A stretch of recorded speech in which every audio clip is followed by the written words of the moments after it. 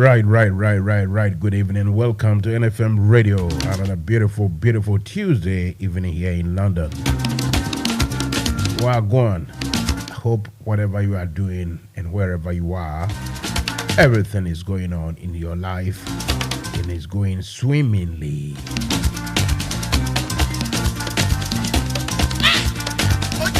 It is the Tuesday night politics. It's called Fire Will Burn You.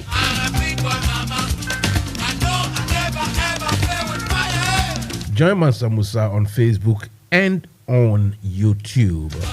YouTube, you just have to type one word, New Face Media, one word, New Face Media, and navigate through.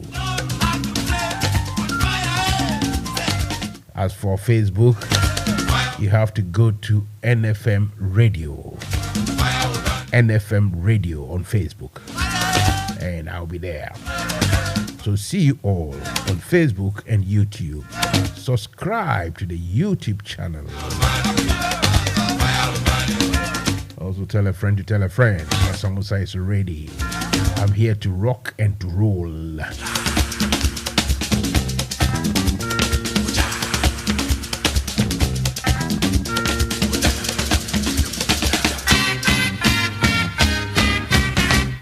Right, so damunyina se mamunyina so akwaba I the bar NFM Radio. So so na me kind of bro from no chese na ye brother chese brother politics anajo. And it's all about Ghana politics. And it's all about the economy. And it's all about taxes. It looks as if taxes are being taken left, right, and center. But still, Ghana for a proper result biya free baby ma. Na aso enkrofo mudi omai sui omo abin kakra. Omo nimni omo yo. Amele no ni amefiolo. Do they really know what they are doing? Aba Ghana for brekra dodo. Ghana for brekra dodo. Yenje enkrato baako eba ne abeto aso.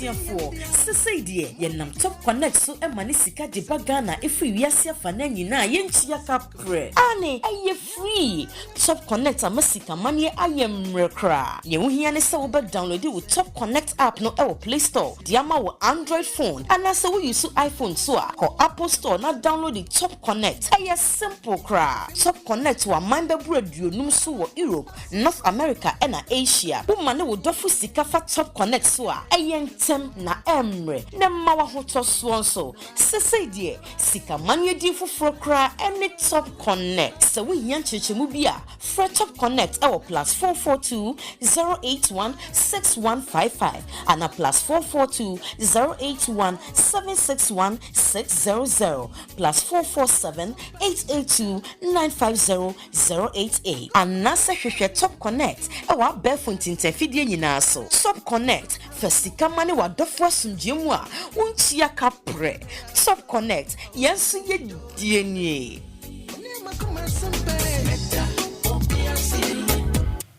Right, Top Connect for almost this episode Sunday Sikadiko Ghana. You got to go through them. I have this a very good experience with them. I know what they do, and to me it's very satisfactory indeed. In fact, excellent. So if you want to send money to Ghana, the only people, the only group, the only agency you got to contact is the Top Connect people. We have everything cold enterprise, everything cold. They are refrigerators, air conditioner, engineers, and also solar panel installers. So, anytime you want to do such things, especially in Ghana, the solar panel especially, that's about one thing most of us, or some of us, or me particularly, I haven't done yet. So do contact them. They will fix your solar panel for you. Anyway, let's go forward and meet two people who, have lost their money. So their monies have been seized, apparently to help Ghana come out of its economic quagmire. The quagmire that was created by Kufuor and Kenofrata and Baumia, we pay any money Mugwasi. Baumia super president Edibium. So what in the Obabeka said the Kufuor ye no betwaso, and now Obabeka so do ye nenya usi ho ye den untimi kasa magana for hunto. This will be a president asa. Okay, we shall see. President Nanado, your friend Matheson, Sunyane Namiwo. Makotna awonu Holland. Ako Sam in Fifure. Sikaka kre minya yeno. Me diaba mia me maimu Ghana. Diaba betu registered bank. Eye JN Bank yi. President Nanado ube TV so be kachire Ghana for se. JN Bank anye ne juma yi. Tiwaje bank ne licenses no. With the customers ni sika be mo. 3 years muni Mansa nka misika. Sika kakre ka ye no so 550 million. Media kwa to commercial bank. Na me say commercial bank de me di misika koto ho a e save. President Nanado enam IMF bosia na wo kwa akoboni nti. Osimi misika 550 million na odi akwa akoye adwuma nya interest wo so no. Once the Koran umfa mame. Misika trene no so. Ose umfa mame. Jese 2024. Na sika no interest ketuwa no a menya no. Obema me mu 5%. Menya adwuma wo Ghana. Mintimi so enko Holland se me koye adwuma. Mimfi akọ animu kakra. Kwan ben so na mefa so a me ne me yire ne me mba yibedidi. Mr. President, mesrɛ se me ma se me be street carefully ho. Mia mi sika makosam infifure enya no. Mesrɛ se obema mensa aka. Obi bia obi tie saa me audio me recording yi bi no. Mesrɛ se mo de beto mo platform so. Ebetimi afa so ma President Nanado nensa aka we nyamase ni bi etie. Ghana mpanyinfo mesrɛ mo so se mo ne President Nanado be kasa ma me. Medamase. Good morning, President Nana Ado Adankwa Akufo-Addo. I'm paying me bano boko. Midin the ASP retired Franklin Nate. Mesun Ghana ewo police mu 24 plus years. Na mi gratuity Mansa Kano Milito bond 2 years. Aka 1 year this year, September. Year 2023. Na mi bond no amateur. Wu adwina wo de ba ye say wakoboka ana wa bugana abofom enti me bra ma bre sika medi to bond no commercial bank no onfa mame we enye am robber ene ebe chimiji misika o oman panyi a ya tu abama no se onhwe yeso emra wo fru plane 18,000 pounds an hour nkrofo kachre want emra wo fa so many ministers se omunu na oni omu betumi aye adwuma nkrofo kachre want ene your incompetence inti me bre amabre me disika yedi tua me ka say gratuity me fa hwe me ho so no usi wafa this is 2033 se mi manum na opese omumbeji sika na me na no a menim president woni diemu Israel unnua na ni bank edi enim eji loans no mfaso a wanya no misrew mano fa nsa mfaso no ekutu yesika no mesika no mfa mame Nanado Utrimu ye din papa. Obi a ma ye juma. Ghana mra say 24 years plus no. Yentua meka as a retired officer no. Usi untua meka. Minya 60 years ye. Nanado minister mi bisa wo. Have you been a civil servant in Ghana before? Have you worked as a civil servant? Please. Nanado. Mimpese. Mbe kasati yao. Mimpese mbe dumi usu eni ubusiya derbi. Midi yao esreo. Tise se na Mr. Matheson. Efri sunyani esreo no. Jai misika mami. Midin di ASP Franklin Kwesi Nate. Mi tome bon wo commercial bank. It was Accra North branch. Please, I beg you, in the name of God, don't touch my money. Don't touch my money. Don't touch my money. Anybody who receives this, please send it to as many platforms for Nana Adodankwa Akufo-Addo to see, to hear, and to see. Or his cousin Ken Oforiatta should hear. Please, please, please, Danado, I'm not supposed to beg you. Because when you were begging that you should be tried, I remember traveling from Kumasi to Koforidua to vote for you 2016, thinking you are bringing something on board. I regretted it. I have regretted all my life. Some friends told me, Anka unya sitting to question na uya. Well, Nanado, please, whoever received this message, forward it to as many platforms. Let Nanado hear me and ensure I have my money. Thank you.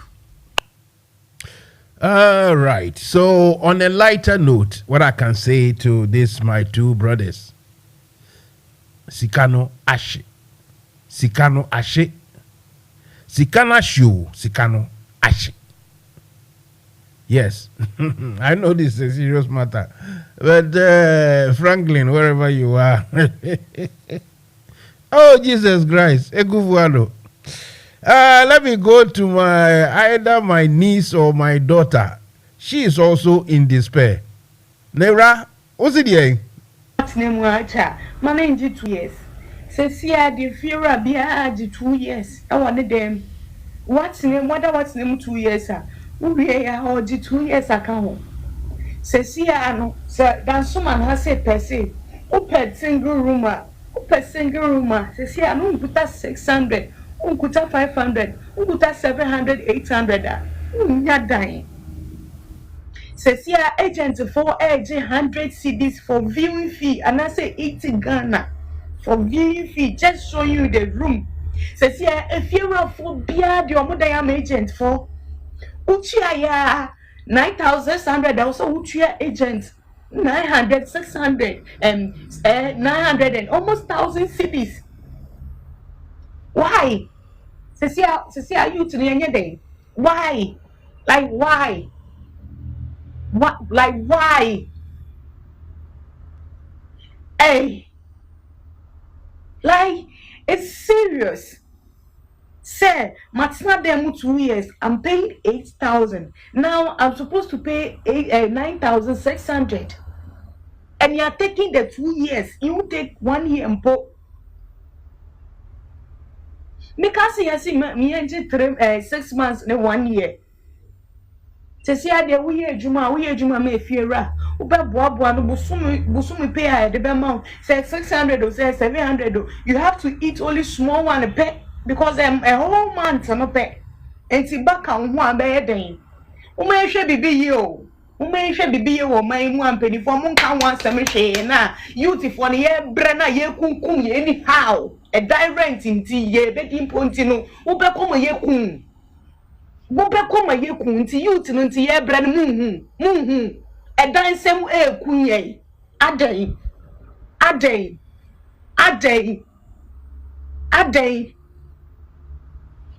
how Ghana ye ble papa adey and then fear walk in encourage me patro me diamond but because who agent viewing fees or do coach said them or bet you 80 cedis and now say 100 cedis and then dance so man dying who could have 600 nothing room name or do 2 years 600 cedis 2 years because of that into the would see mother or no person or two now or do a for a show on what 600 what 500 that they would turn into a person would 2 years. Ati mun ka ho hwe man ye say youth ni ye bre ye ya na ye beto abo ni ye aso ye to aba na me de be influence me crop keke. Right, so that my daughter too has a case. As for her, I'm not going to joke with her case at all. The American say, next time you raba mo to aba na mo adwene ho.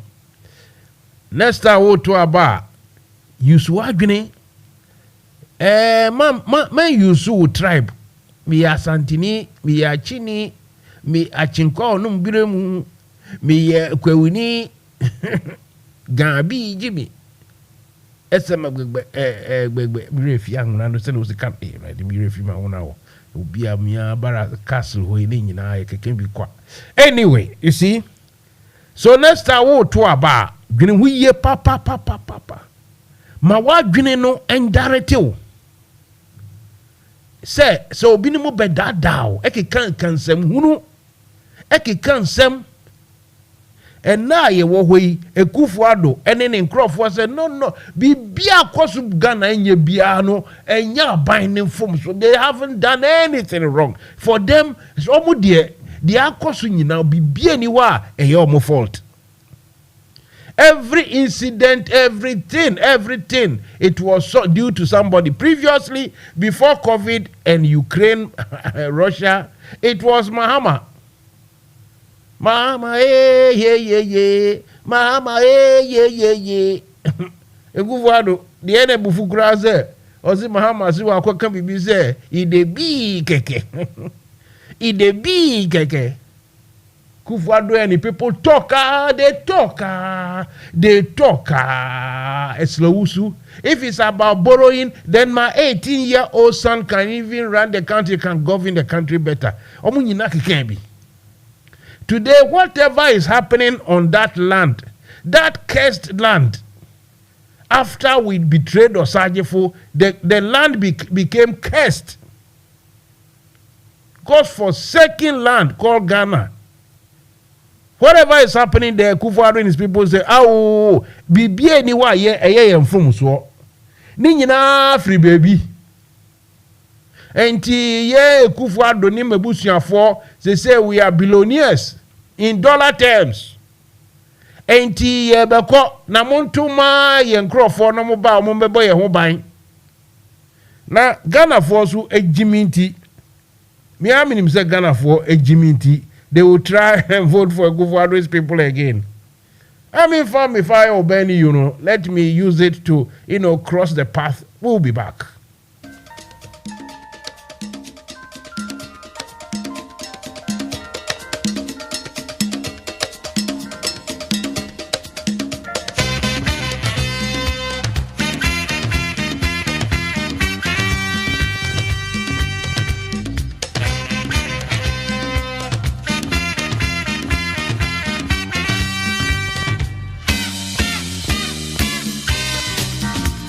I've told you, all what you got to do on Facebook is to write NFM Radio on Facebook.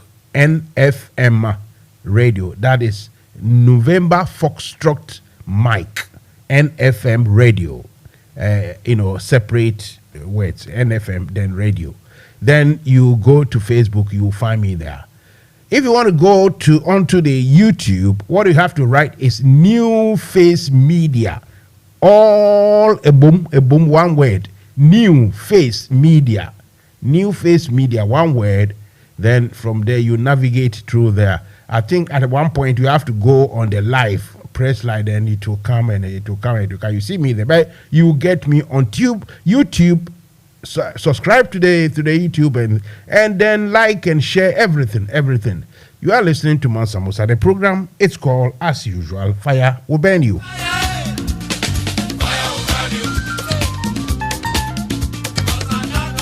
Tonight I have had an agreement with Honorable Rickett Hagen. He happens to be a former deputy minister for finance. I think Mahamata, is that whether it's Mahamata or is at a minister, but he's good in finance. And in fact, when this guy was in London, I think he was doing the trading on money business and that sort of thing. Well, he has spoken about the taxes which has come about recently. And, you try to get the NPP group to come and talk, they won't come. They fear Mansa Musa, I know. Richard Ahiagba, sometimes we talk privately.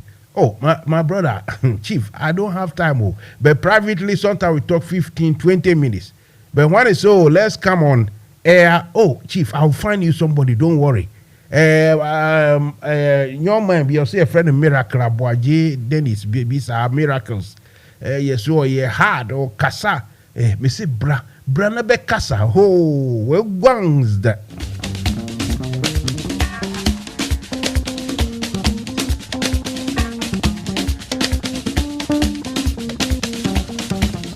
So, Mr. Rickett Hagen at 8 p.m. UK time, that's 7 p.m. Ghana time. He will be here to come and talk to us via the phone anyway, via WhatsApp. So let's hope everything goes well and nicely so that we can talk. Ask him what's going on in Parliament.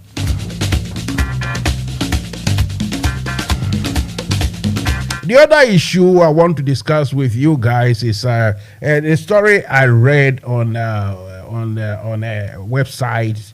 Mr. Samir Uku, I think he is looking after the national lotteries, which is all good. I mean, your party come to power, you get a job to do. Ghana no so party ama unye binye. But any problem. A young man, he has a job to do. Now he has made an announcement that these the national security operatives will go undercover. You see, undercover. And they will try to fish out, the illegal lottery operators. Why am I bothered? This should be good news, isn't it?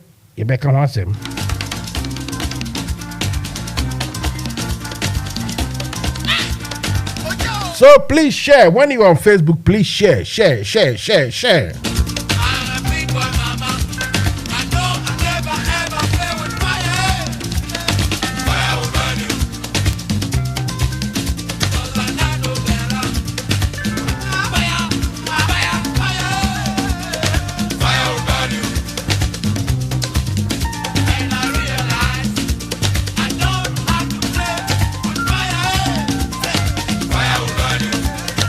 Meanwhile, whilst I was talking to Mr. Rickett Hagen, I had Mia Penny uncles Setekpe on the side.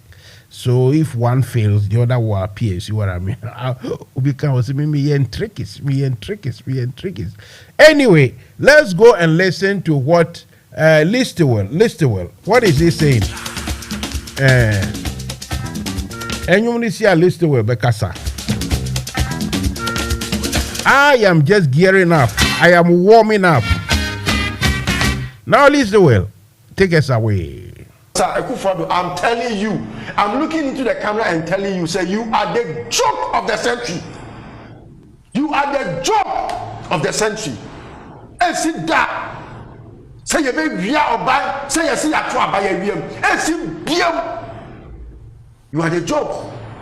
It is a me case should be say and then a coup for the side down. Or prepare one more electoral commissioner. Or offer the year and the deputy. Offer a Gabi as a Rotterdam. And so, no offer Professor Tibedia to Uncle Family, Professor Tibedia to one funny person, our young one, a bush, a falling, a young for no form of electoral commission or Abna Kofi Yow Abena, also winning from Kubu. Abaya between MPP being on my way above. Obi anyone who can have one, who MPP said, and now MPP. Okofa Yesu Kristo, Kofa Muhammad, Komsani Muhammad sallallahu alaihi wasallam. Ebet now say Yesu ene flag bearer. Komsani Muhammad ene the running mate. Yentu aba in the name of MPP. Omo very poto for the first time in the history. Yesu ne Muhammad very. Was yendia yentia so brem. Ateti ni wa how dia benedia ekufo do dia komu no. Me catch no. He will be the best of the joke of this century. He should there. And he bra ya de beto aba no. Enti me tese me dia no man this for he opa ekufo do name nkoye electoral commissioner. Sa aba ne beto no police station. Abi e bekọ to electoral commission. E beto no police station. Yo enti omo de omo pa omo tintin Ghana for nsa. Ni e bedru ho. Na da e bedru ho no. And we say, we are saying, says, we utop me qua, utop, udokna, ya jisito. Nana, my main comment. I didn't know, sir, utop, dokna, I saw jisito. Me Grammy Refi. Anna, shop will be a well London, how much is see a pow? Yet to dokna, she told him, why? To dokna, with the dokna, my sir. Munjadi amuye no. This month I'm thinking a friend with Reku Brobe. Honestly, I'm quite innocent. Well, no. I am not getting into all those things. But you know, it is failing, and you people should be asking them why they are failing. If you are given a chance to govern and you fail, don't expect to continue to govern. And that's not just for the New Patriotic Party, it's for every political party. We don't, democracy is not just about elections. You elect so that people can govern, so that they can improve the people's welfare. But if you've been an abject failure, where we have a situation where, quote unquote, the fundamentals have all gone wrong, why would you actually be wasting so much time talking about beyond or breaking the age? You have not achieved your task, and the failure to achieve your task is enough to jettison you from office. You think the finance minister should? Yes, the failure to achieve your tasks is enough to jettison, that's the word, jettison you from office. Hey, I can't say anyhow. Hey, I'll breach the baby. I can go for the second time. I can't fail on it. Nebuchadnezzar for fairly poto. Now, I think I've been told or I've heard that the pensioners or pensioners, they are going to pick it again. Let's go and hear them once again. They are picketing. Where are we? Sorry. Okay. All right. I need to sort out the microphone. Hang on. Okay. The microphone, not this one. Yeah, it's rather this one. Yeah, thank you very much indeed. I've sorted out the microphone for this particular equipment. So now let's go and listen to pensioners, and they are picketing all over again. Blood is still being shed. I want us to remind ourselves of what happened 75 years ago and remind ourselves of what is happening now. We are still pleading with His Excellency and now Dodanko Akufo-Addo, with the Minister of Finance, Ken Ofori-Atta, to consider the total exempts. Another pensioner said they are where they are today because government has allegedly smuggled a clause into the second debt exchange amendment bill, which has disarmed them from having an equal say on the terms of exchange program. There is a clause that states categorically that The Republic of Ghana, of course, through the Minister of Finance, reserve the right to amend the coupon, to extend the maturity date. And you are saying that you can change the coupon at your own discretion without resorting to me. You can extend the date, the maturity date, without resorting to me. You can change all the commercial terms. And this you would not want it to come to the public. As they retire home from the second day of fighting for their money to no avail, they had one more message for government. You are on stroke. The drugs have been given to you that every day, take this, take that. You say, I don't have money, so I'm going to take it every week. You will die. Any disease that you have, that they have prescribed drug for, if you don't get the sufficient money to buy that drug, you will die. And if that is what the government wants us to go through and die, a clear statement should be made that regardless of what you are doing, we will do it. And if you want to die, die. The group returns Wednesday to continue picketing and fighting for their money. Jane. Right. As for the senior citizens, I don't want to play any jokes on them. It's a serious matter because if people, after going on pension, bought into a government deal, a government package, something which was known to be an equity or an asset. Now the whole thing has become a liability. The government itself has become a liability. Their monies are nowhere to be found. And while I can crack some jokes, about the suffering of young people, because I know they are strong and agile. As for the old people, I don't want to crack any jokes because, like the gentleman said in that clip, he said, if you are diagnosed or you are sick of a disease like stroke and you've been given medications that you need to take every day, if those medicines, for lack of money or your money locked up somewhere, Kufuor have seized the money, and so you decide that instead of taking it every day, you say, oh, I'll take it 3 times a week or twice a week. Like the gentleman said, you will die. So there's no jokes at all. No jokes. And all this, all this, if we were to have had any headway in the negotiations, if, our effort had been good enough to, what is the word? What is the word? I've forgotten it. You see, I don't write my things down, which is not good. I should be writing them. I try to memorize in my head and later I forget because man is growing. But what I'm saying is, if, what we have done so far as a country, it should have been, good enough for IMF to consider bailing us out by now. But it is the IMF and the people at the top. They know inside the books. They know the rot.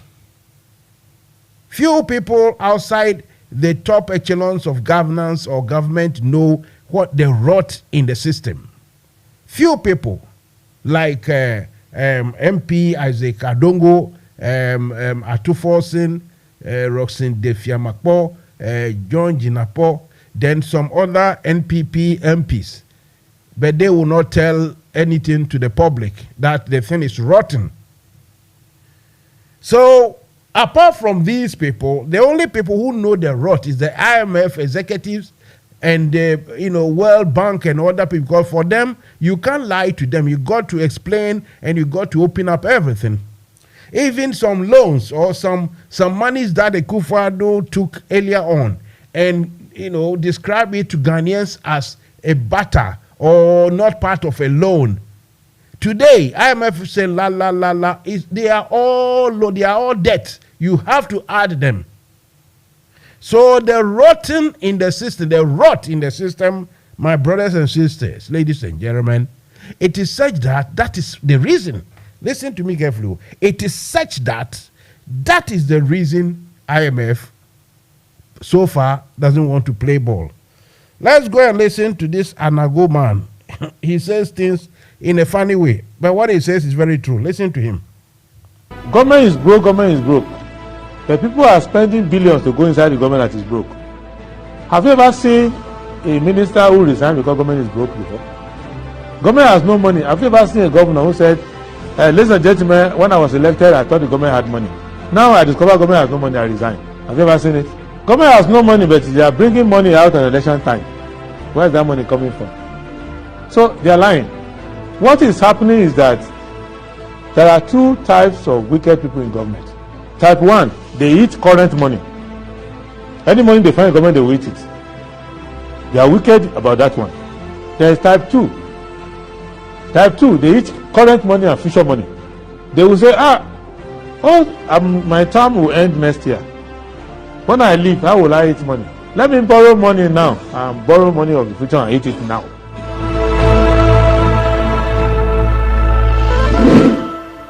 Yes, it's a government broke, government is broke.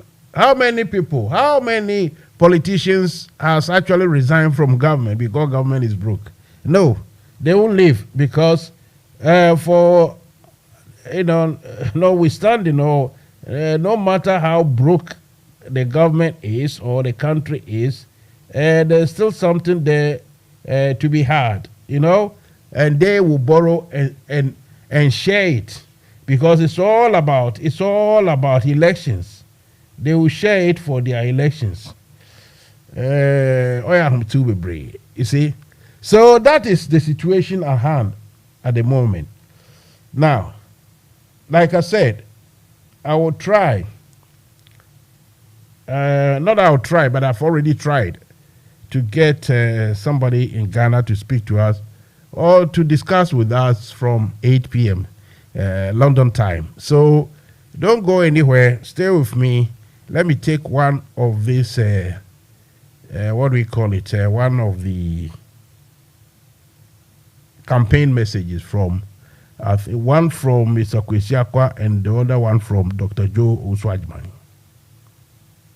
DC da ke United Kingdom da Ireland chapter ina roƙon ku har wa yau ku vote ku ba chairman Akwa shi kada ne wanda in Allah ya yarda ya win ya zama chairman zai kawo welfare program da zai taimaka muku ya taimaka ma party mu daga cikin wannan welfare program dukkan member da ke neman taimako lokacin da ya shiga cikin masuwa abin da ya kama daga 50 pounds zuwa 400 pounds welfare program na ya tabbatar a baka a taimaka maka in Allah ya maka dalili ka biya wannan kudi bayan haka kuma dukkan memba da ke neman wani taimako sha'anin batun takardun shi ko wurin zama ya ajiye manya da lauyoyi da kowane lokaci kake neman advice ko kake neman wani lawyer da zai taimaka maka akan batun sha'anin zaman ka a kasan United Kingdom shi kuma su bi bayan ka su taimaka maka su saya maka ka biya wani abu kadan da yake in ka je waje zaka doki lawyer ba da ka same shi haka nan ba muna rokonka member NDC da ke United Kingdom ko Ireland in lokacin vote ya kai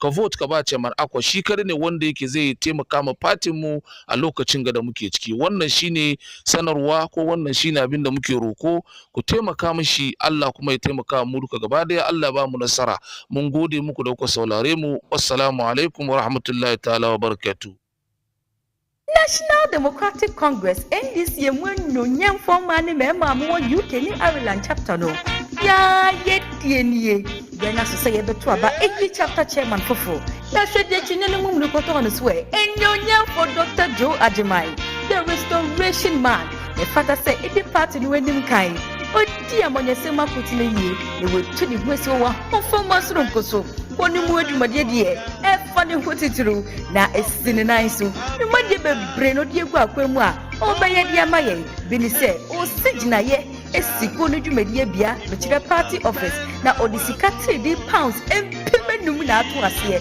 eye 5,000 pounds o santwe maguo ne mama honso 1,000 pounds na ebe show mu dwumade mu kina na esigina ye Dodon swa, mechire afoforo omo betro omudin abeka party ne ho de omo mbrakura o omo sebeka omudin card ententem so na atwe adom abeka ye ho eye bosume miense bia nso party mu mpanimfu a odi dwumadi ebe show mu nse bia no obeto safro matna se na de ye dia show mo nsa no o mebu ho aponta mako we ni bebre na no be ya ma yo onua se kwatre kwose be ma wontuma bisanidi ye dia ye nemnidi ni Dr. Joe Ajimai the restoration man tapa chairman ana yentumano.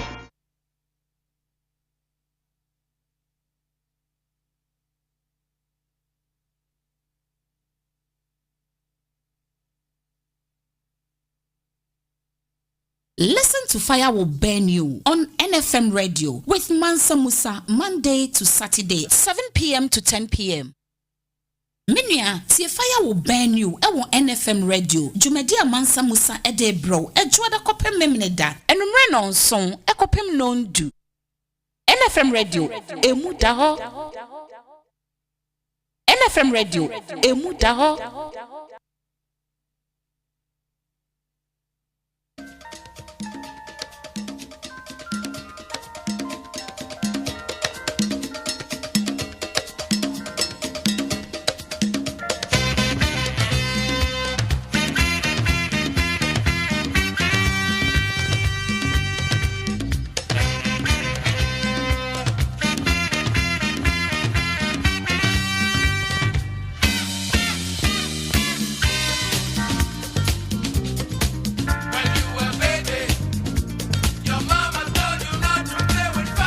Welcome back.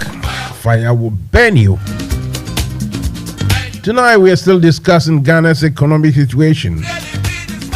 We know the economy is, flat leveled or even heading south.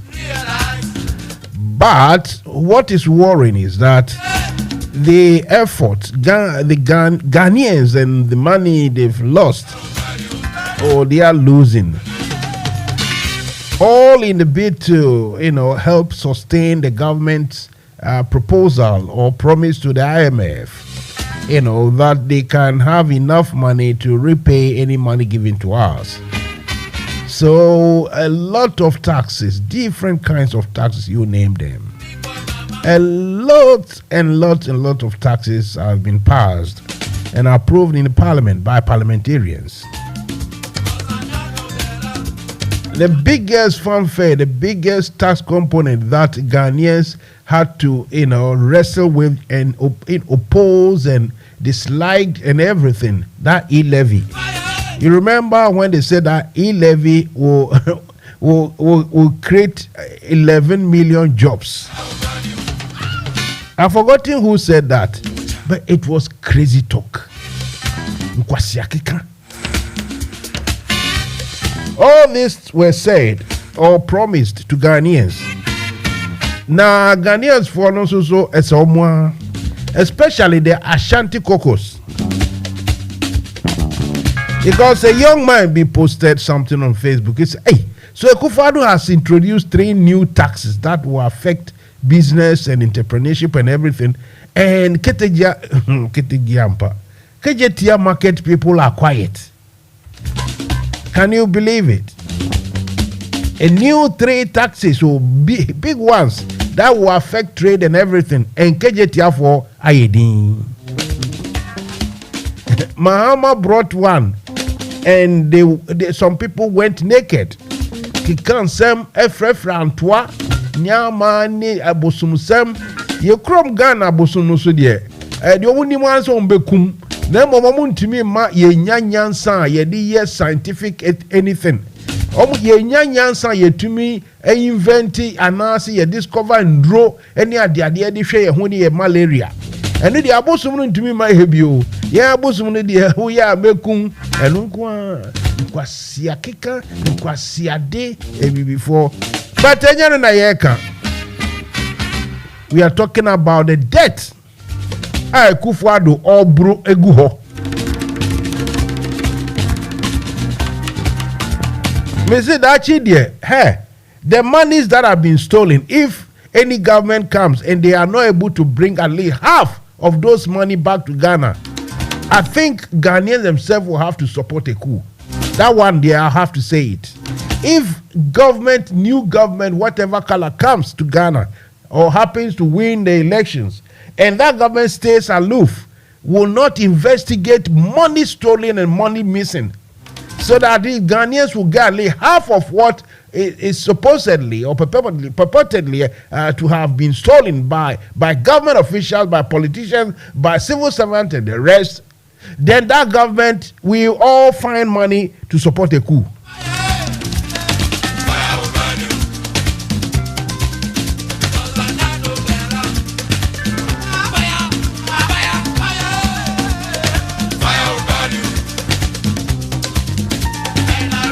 It is the fire will burn you. Ojano beshi show. He said the obeka se mu ho atomo. Mo ne nam wetiti kasa akesim. I hope that next time around Ghanaians will come back to their senses and vote this group out. Then the same Ghanaians will force the next group to investigate this particular president group properly. Because he cannot rough basa no. At least half of those money should come back. This is the objective, the agenda.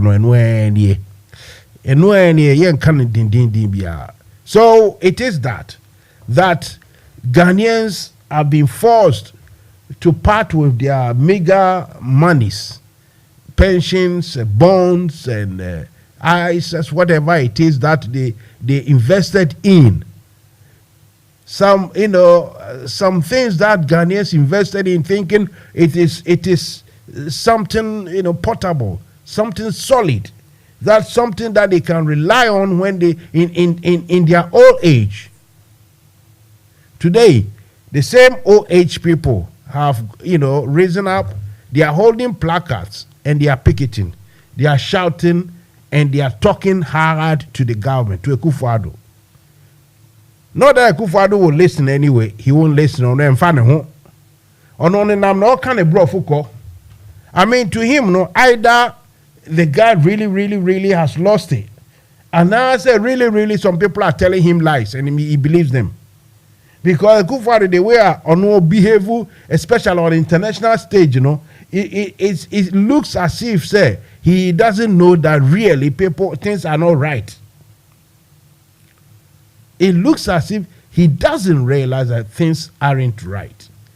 Now, Omaya, 1 year today, you to me printed almost $3 billion. Almost, is it $3 billion or so dollars? Edima buying. The central bank has done this. All against the laws. All against the laws. And after all this, even if this is against the law, and this came, has happened to help solve our problem. Sika bia befa ba we se bia no en nam basa wo dia ye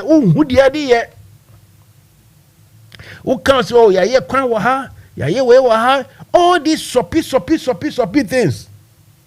There are three major investments that if Akufo-Addo and his people has made those three big major investments, if they also added three, I'm saying Mahama and his people, the people who were touted to be incompetent, they were touted as though they were foolish men and women who didn't know nothing. Akufo-Addo and Bawumia came and told everything. The Ghanaians also lapped it up. Told Ghanaians that we are the people, we are the real deal. We can manage the economy better.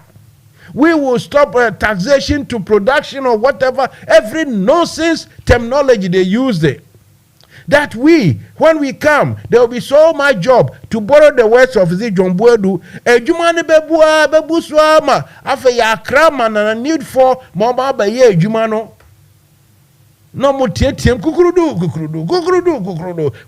and Kwasiakika, sir, kukurudu, and Kwasiakika, and Kwasia Ade.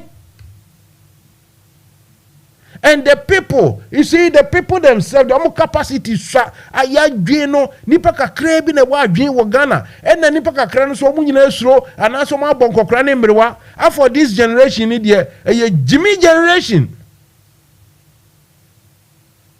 Yen control television with high sense, and yen be abrofo football.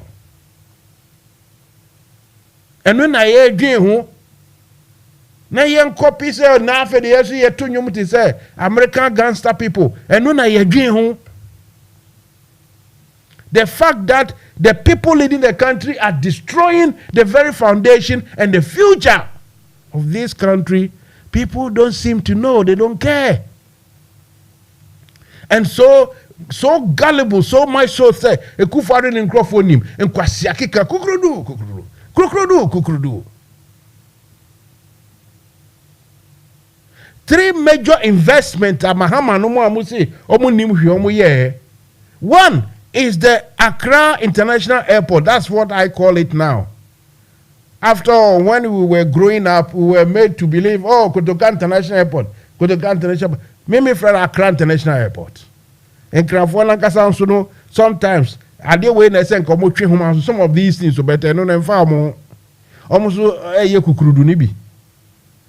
that airport expansion, the Temara 3, that is so good. It is investment that will pay itself. It will pay back the money and make profit for Ghana. The only thing I hear is that even that one, Ekufo-Addo and his people, they are planning to sell it to themselves and their favorites. That investment at the Accra International Airport, the expansion, it is so good, it's so beautiful, apart from the aesthetics or the optics being very nice on the eye.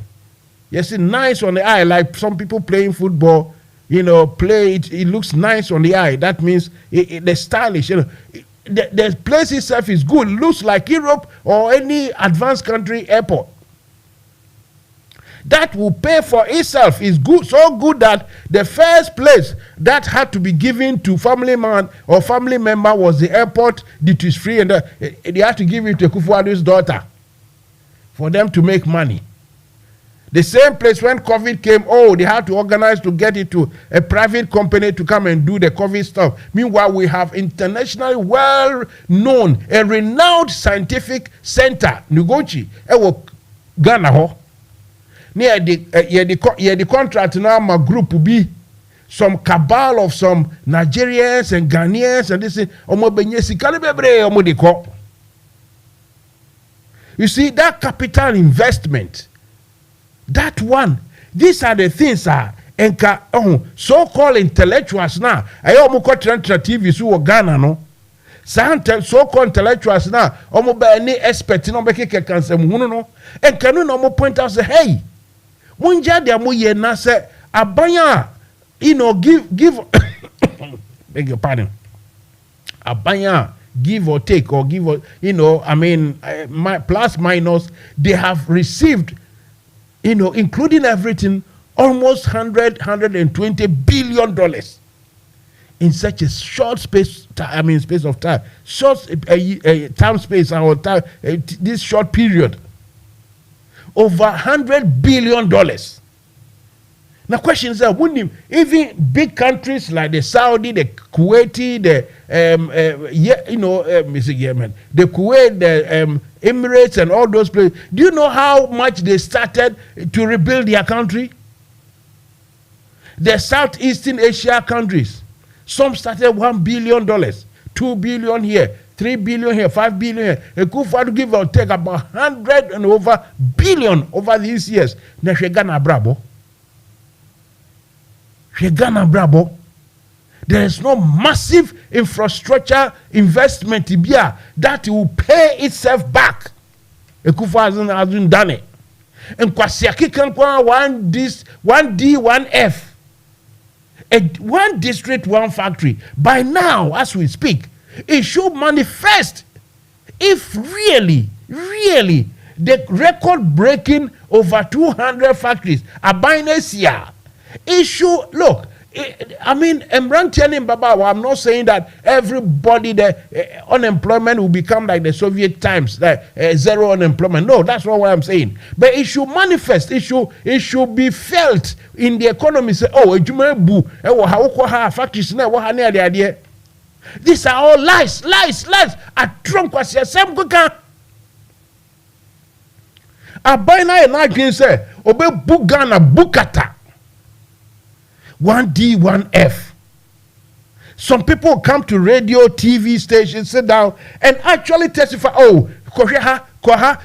Meanwhile, some places when you go, it is a structure in a bush, abandoned. Some few monies have been spent, others have been chopped. Project in almost 1D, 1F. Then some time ago, they came about one village, one dam. You see, on paper, once you are trying your car, and they will brush as soon as you colors. It's all very nice. One village, one dam, around those places that, Hamatan and dry season dries up every water. Oh, this is a brilliant idea. They didn't do it. Or they did some shabbily. Wasted monies. Nobody is asking them this. These are the things that intellectuals, so-called people with brains, they should sit down on radio and TV to challenge. Be bold. Be bold, because when you have many and you are all challenging, bringing out facts, I tell you, they can't kill all of you. Now, what you cowards. Cowards. I'll keep on saying the capacity to control, to provide checks and balances over our politicians is nil in our society. It's absolutely zero in the society. So all what I'm saying is, Mahama, upon all his shortcomings and his mistakes or whatever it is, sometimes cavalier attitude those days, they left, three. I can only name those three. And for the International Digital Center and the, what do we call it, fiber optic laying of all those things, put them aside. But three major capital investment left by Mahama and his people. And Kekufa Dubai and all the two Krabe Kanwa and Keye.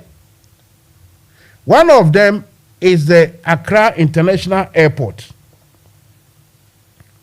The other ones I will tell you later. Okay, thank you. But this is the problem. This is where we are. No one is bold enough to challenge Akufo-Addo. Nobody is doing that. Go for a short music. We'll be back.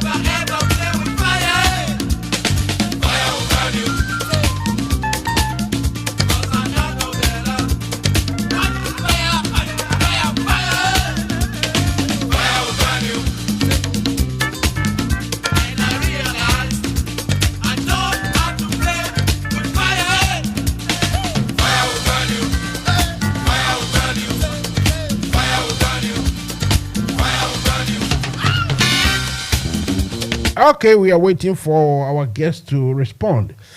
Yes, but N2 and common is why it's now 2008. That means 2008. I'm not talking about the day too. It's just the time.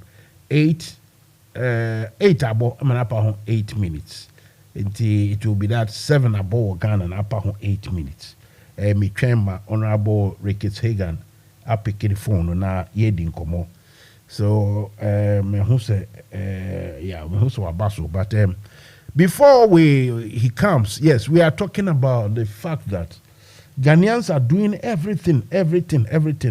They are being forced to to go along with a bungling, failing government led by Akufo-Addo, and yet their efforts, all the efforts being done or made by Ghanaians, so to speak, not enough, not good enough, not in the eyes of the IMF. And so where do we go from here? That's the question. Where do we go from here? And here na say afedi eba ansana chese yetumi a balance books no ema IMF wo omani age. These are the things. Me say obi SNA your friends post some message on Facebook. Also, wow, look, government has just introduced 3 major tax component taxes. And KJTR farmers, no, not farmers. KJTR traders, they are all quiet and they are happy. Or they are not happy, but they are quiet. Imagine if it was Mahama. If it was Mahama and he had all these excuses, Ghanaians wouldn't have accepted it. The KJTR people, KJTR a Jomufono, they wouldn't give Mahama the day of light or the light of day for him to say that, oh, it's because of COVID and now it's because of Ukraine war. Akufo-Addo has brought in 3 taxes again. And this man posted this thing on Facebook and I read it and I shook my head. I said, oh, Musa, because Mahama and all these are big taxes way by me count night. By this time, KJTR and come match pass or Frebi be Sorokos and then they will be swearing and cursing Mahama's name and his babies, everybody. But Akufo-Addo is dumping it on Ghanaians, and Ghanaians mostly they are quiet. They are quiet not because they like it all. They are quiet because they are ashamed. Most Ghanaians are ashamed of their part in all these silly problems we are facing. They know that they've made a mistake. And life, in this for there now, Bibinia mistake, about bold say, oh, Jesus Christ, I made a mistake. They will hide and still be even supporting the foolishness. Yesterday, someone sent me a picture or a video of the mausoleum, the mausoleum for the late Sir John, the mausoleum in his hometown. I think if you want to talk of edifice, I think that edifice is the most beautiful in his hometown. That mausoleum is more beautiful than even the building he built in his hometown. Someone who is Jimmy, he said John died, and they've built that massive, elegant, that opulent, that sikaseye mausoleum, esinwurem amano, and then the chromo and futuro. You see, you can't even make it up. I don't know how we alone, how God created our minds. Oh. Something isn't right in our system. You see? So let's come back to the 3 main capital investment Mahama Ejaye. The first one I've already said is the Accra International Airport expansion. That is paying for itself. That particular expenditure, that investment is so good, it's so beautiful, it's so well done that any government comes, it should do something, emulate something Akufo-Addo is all talk. It's all massive talk. No big action. No substance. None whatsoever. The other big investment Mahama left is the Tema Harbour expansion. Tema Harbour expansion. Heavy money. Apparently, a private person is sponsored. And apparently the private person is trying to recoup his capital and his interest or profit. But whatever it is, it will come and belong, it will by all means come into the hands of Ghanaians. It is paying for itself. Massive investment there.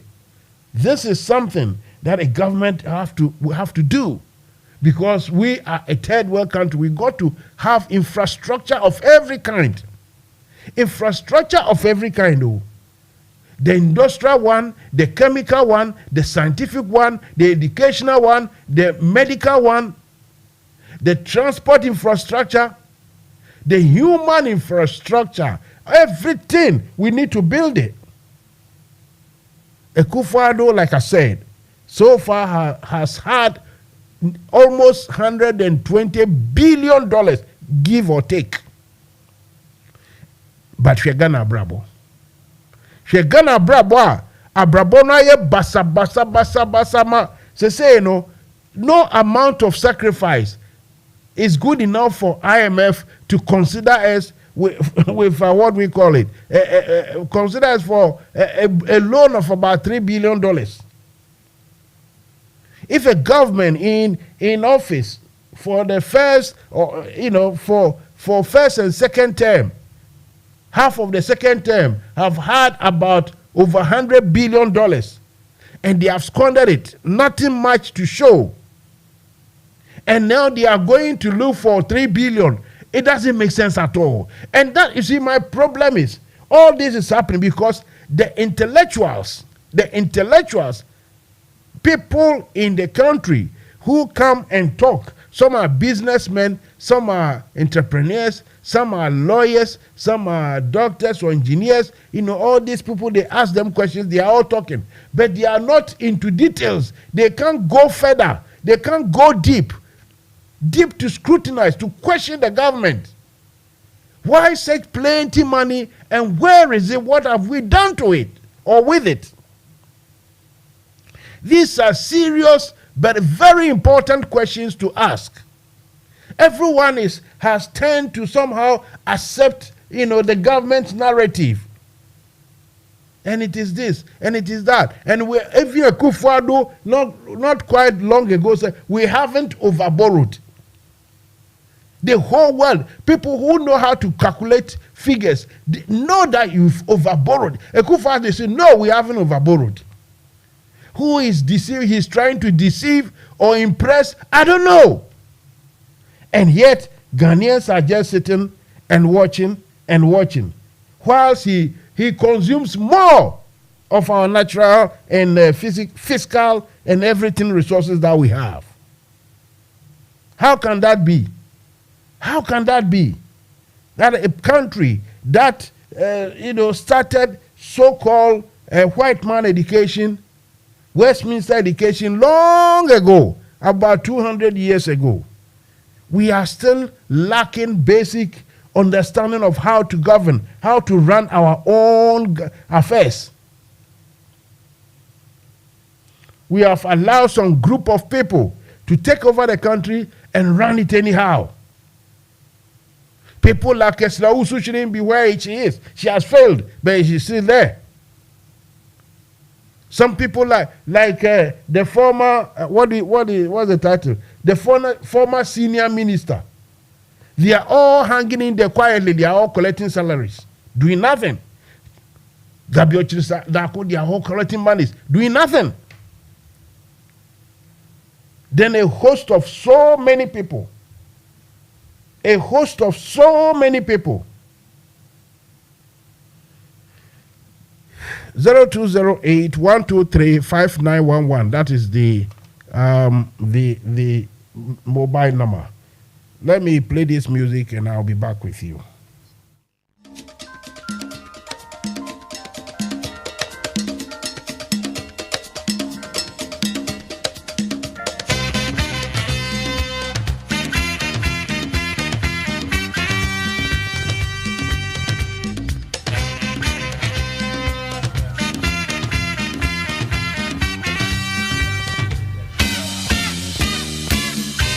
Right. So, as I have advertised and I was saying, we are talking about Ghana's economic woes, economic doghouse, this economic quagmire, which has been created. It wasn't by accident, not a remote default. No.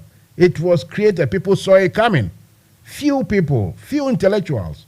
I've already said that in Ghana we don't have enough intellectuals, enough the capacities in there to challenge, to control politicians. And so Akufo-Addo and his people have just taken that advantage and they are running with it. Otherwise, how can you have about over $100 billion in 6 years and look at Ghana? Still tax here, tax there, tax here, tax here. Anyway, enough of my ranting, enough of my personal monologue.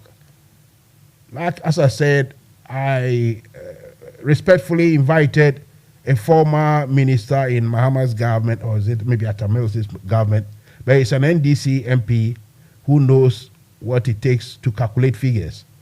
It's in the person of Honorable Rickett Hagan, all the way from somewhere maybe in Central Region. Good evening, sir.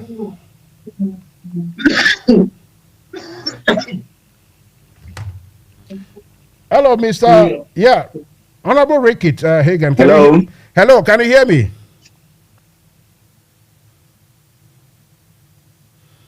Hello, sir. I can hear you. Can you hear me?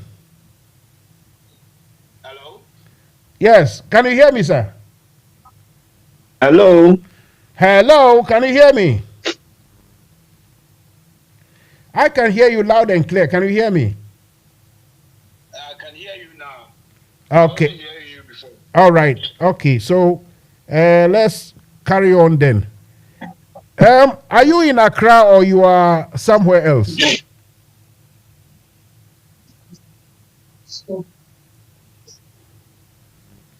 Hello. Okay. Let's do this thing again. Sometimes this things doesn't work, but I hope it will work properly. Hello, can you hear me, sir? I was asking if you are in Accra or Cape Coast or somewhere else. Okay. As they say in Fanti Akwaba, in English, welcome to NFM Radio. Right. I called just to, for you to highlight to us in diaspora what you've already spoken about, or, the comments you've already made. Recently, there's been a lot of, another batch, 3 types of taxes that have been approved in the parliament. And you and your group, the usual suspect, the NDC MPs, decided to vote against. Why? Why did you do that?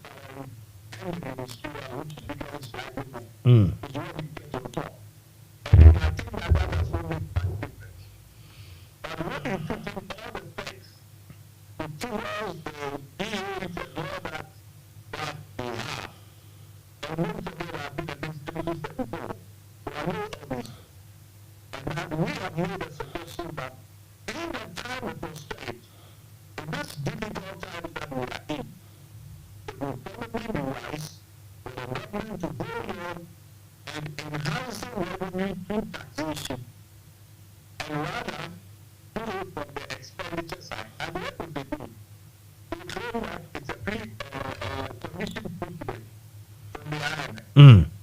Even if it's a commission footprint from the IMF will not specifically tell you which taxes you should increase or reduce or which expenditure item.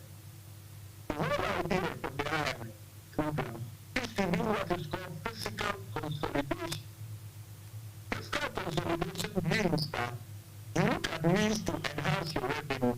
At the same time, you also look at ways to rationalize your expenditure, that is to reduce your expenditure. In the end, the idea is to reduce your deficit, which, when accumulated, becomes your debt. This country has overwhelmed so much as a result of high accumulation of deficit over the last 6 years. So, the issue is not about winning just against government raising revenue. But we were looking at the times that we are in. Every government has raised revenue. But you have to raise sensible revenues at a sensible time that will not bring too much hardship to what people have already gone through COVID, and then, of course, the Russian Ukraine war, which this government has used so much as a reason why this economy is where we are. Unfortunately, our numerical strength in Ireland at minority is a maximum of 136 people group all our people in. West is 137. So, we marshaled all their people in on the board, we marshaled all our people. And you know, if there's a motion coming from the government, that is the majority side, and it becomes a tie, the motion is lost. People have no numbers of people that don't. That is the only way we could win such a situation. But unfortunately, even a member of parliament who has had an accident on his way had to come to parliament soaked in blood to come and make sure that we get the back to the Senate. As a result of that, we lost the votes. And that's what happened. Okay, sir. So, in this, so if I may ask, the government, well, it's not here, so let me play the devil's advocate and say that the government would defend that they cannot do what you have suggested to merge some ministries, thereby laying some Ghanaian workers off. And it is not that straightforward to just reduce numbers, which will take a while to, make any accumulation, even if you are going to make any sort of substantial savings. So this is the fastest or the quickest way to, mobilize some funds. That is taxing people's profit. I don't know how you can differentiate profit from income. I don't know, revenue. I don't know. But that is their reasoning. That is their explanation, that you people are not being reasonable. Your suggestion will be too cumbersome to yield any sort of result, any tangible result.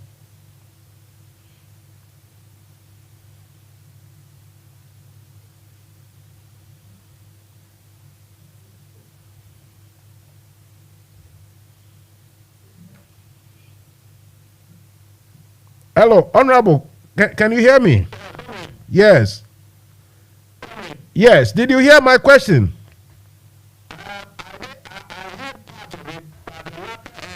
Uh-huh. Okay, what I'm saying is your suggestion that they should rather merge some ministries and cut down on government employment and the rest, they will say that that is not practicable. I mean, it will not yield the quickest result for IMF to consider our plea, so to speak. So your suggestion is, it's not good enough. That will be their defense for taxing profits instead of, doing what you suggest they should do?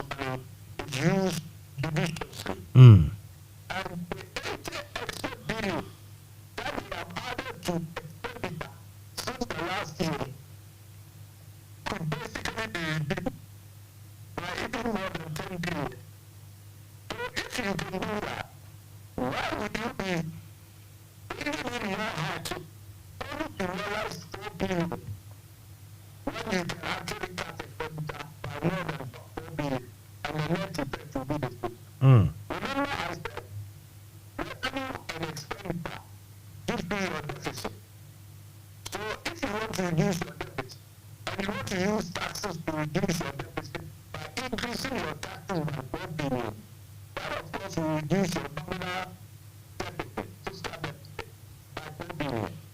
But you can equally boost it by reducing your expenditure by 4 billion of all the recklessness and the wasteful expenditure and still achieve the same deficit. That will be a better way to handle the economy in the middle of the crisis that we are in, rather than further burden Ghanaians with taxes, no matter how good those taxes. Because in the end, the impact on the people will be less than if you have a tax. That is the point I would make. I see.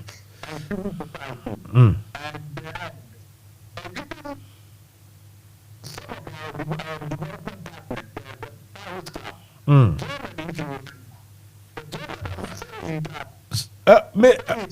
Honorable Hagan, that is where my next question will be. I mean, I'm directing my next question from all this angle. So, my next question is that why has it become so difficult to secure IMF help after all this effort? By you yourself have said, by Germans, by the Paris Club, by the French government, by British, by Americans, Australians. Your finance minister have been to China. I think the trip is 2 times. Then Ghanaians have been squeezed out of their money. Everything is being done. So why is it so difficult? Is it that there's something so bad that Ghanaians don't know? We are not being told. What do you think is hampering us from securing this help from IMF?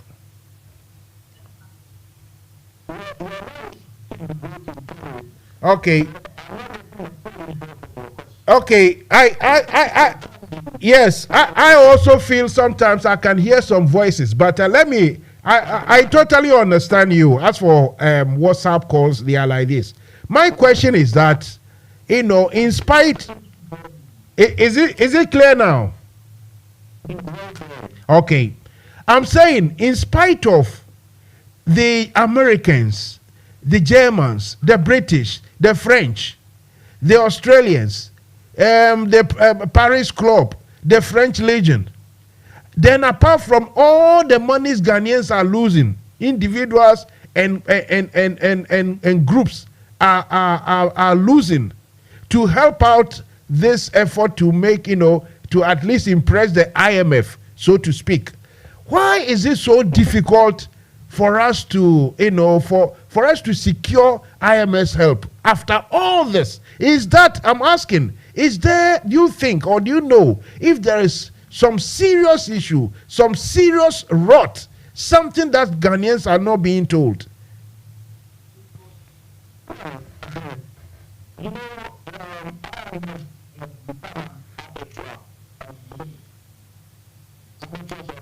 Mm.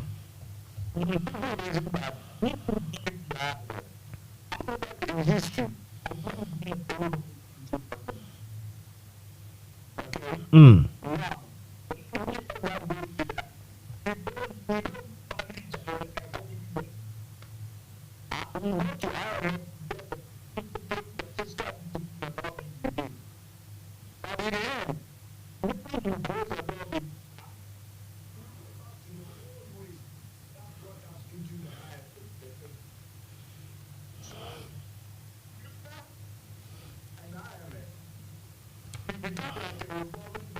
Mm.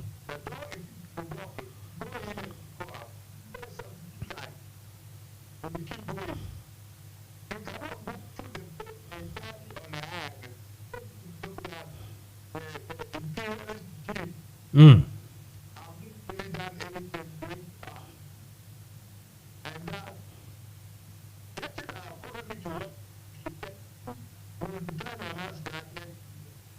Mm. Mm. I am very happy, sir. I am very happy you say this. And surely I will ask you later on, where do we have to go from here? Because honestly speaking, it looks as if there should be a change of direction. I mean, we should change our economic not policies, but the direction itself. But we'll come there. Let's still remain on this IMF thing, whether good or bad. My question is, do you think there's some secret not being told to Ghanaians that maybe the rot, the mess is bigger than what we have been led to know so far?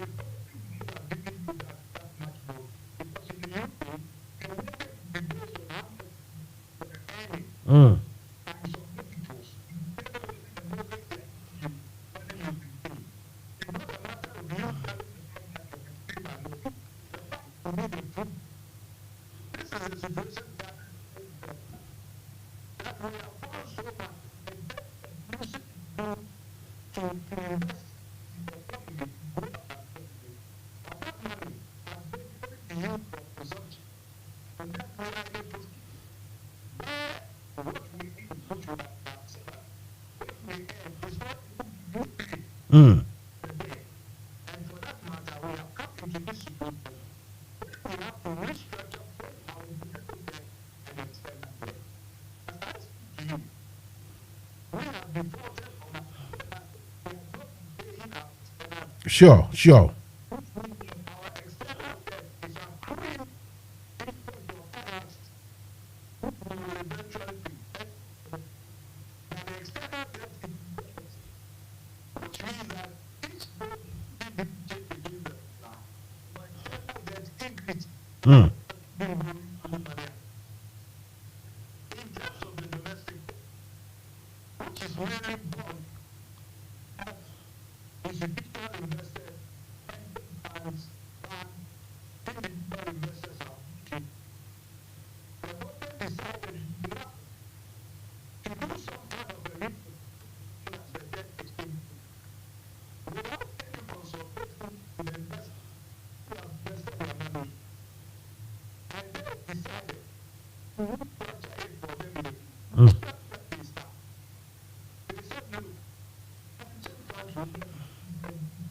Sure.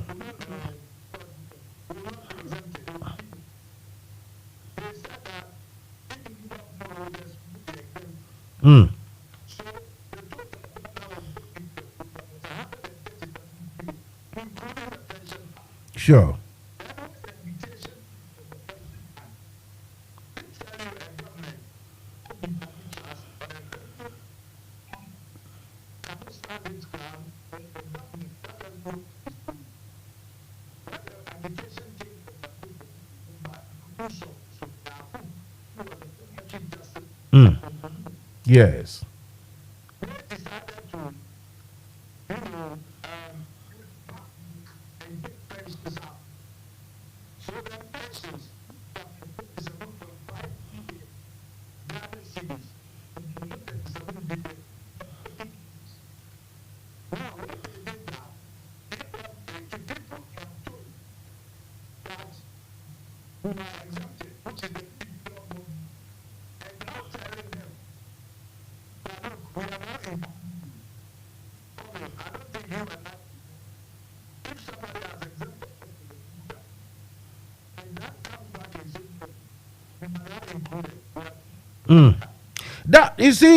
That you see all what you have explained, the honorable, it begs the question.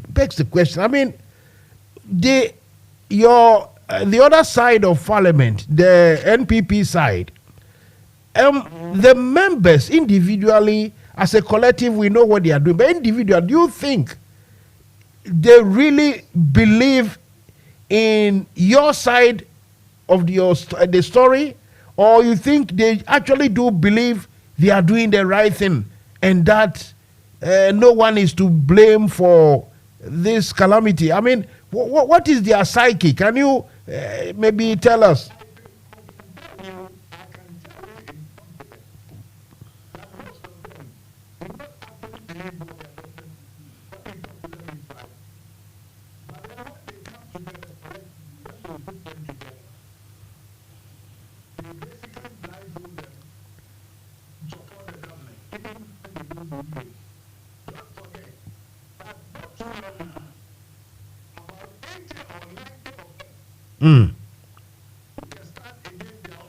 Yes.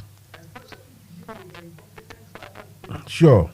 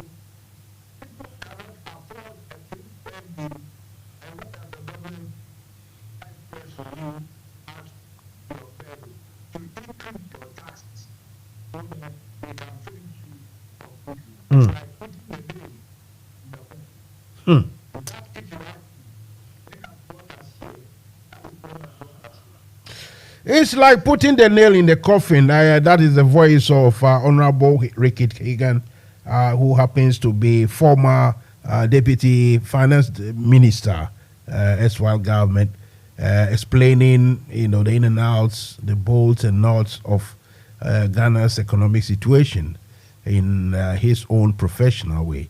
Talking about professional way, it's like you are an economist. When we sit down, we commentators and outsiders will say, oh, kind of is incompetent. It's incompetent. We are saying it. When you say it professionally, intellectually, how do you explain his incompetence?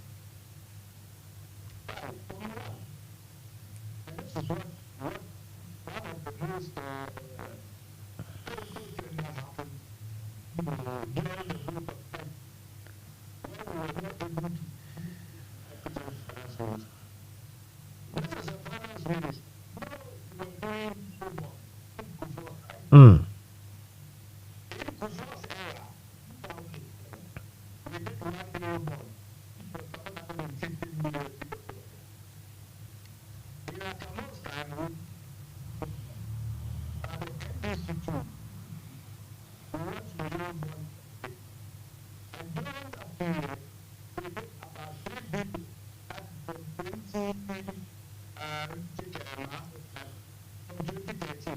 Mm.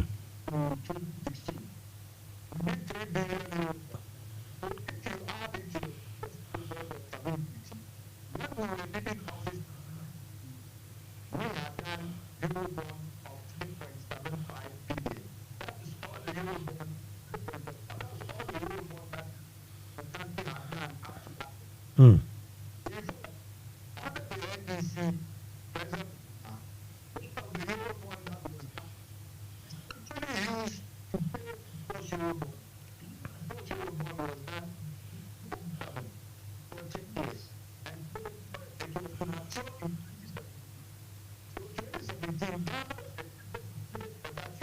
Sure.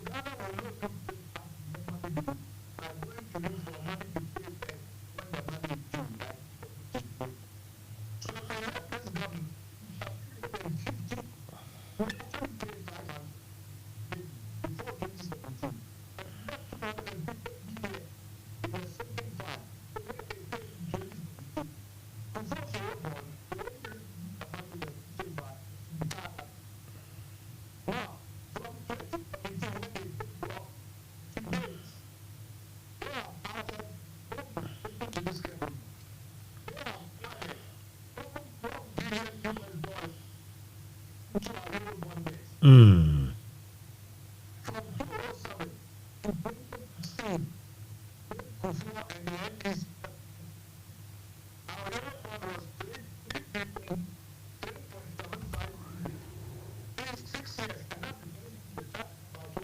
Yes.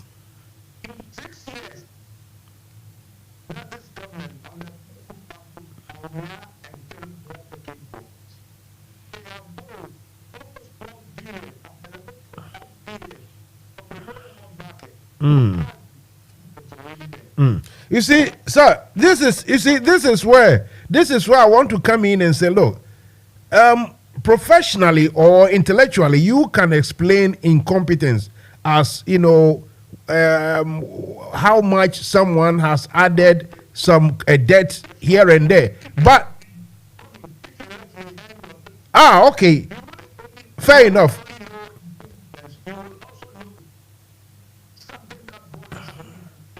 Exactly where I was coming to, that maybe when someone does something deliberate, that means, it's not just incompetent, but something that is bordering on something that legally we cannot mention. But You see where I'm coming from? That's what I wanted to chip in with.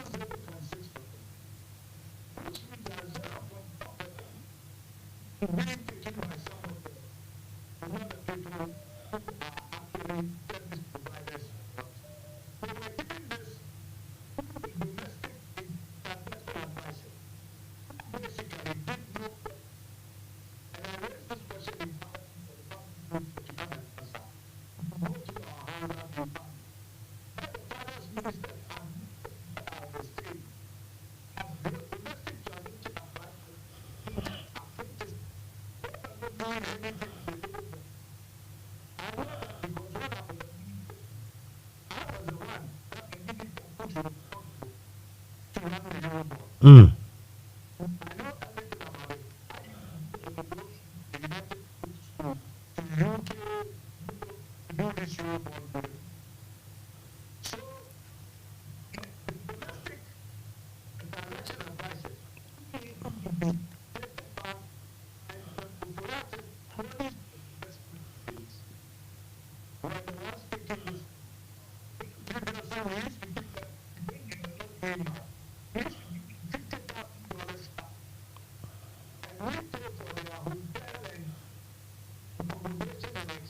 Mm.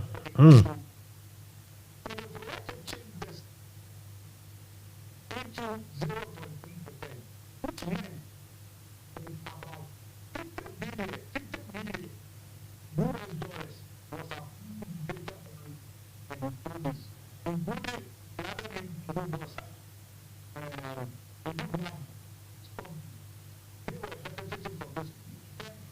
Mm.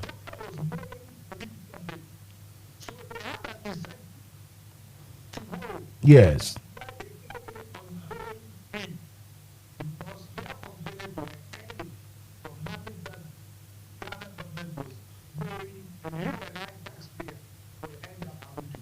Sure.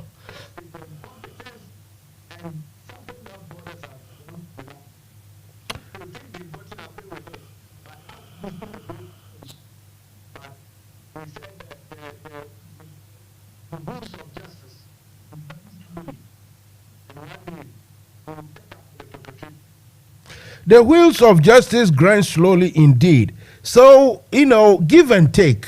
I know the beginnings of certain countries before they developed. Some started with around $1 billion, others, let's say, 5 billion, 10 billion. Give or take, Ekufado's administration, give or take, over or nearly $100 billion has passed through their hands. And yet, this is Ghana. I mean, how do we explain this? I mean, even with Africans known to be corrupt and corruption here and there, this is unexplainable. It's not acceptable. I mean, how do we, where do we go from here?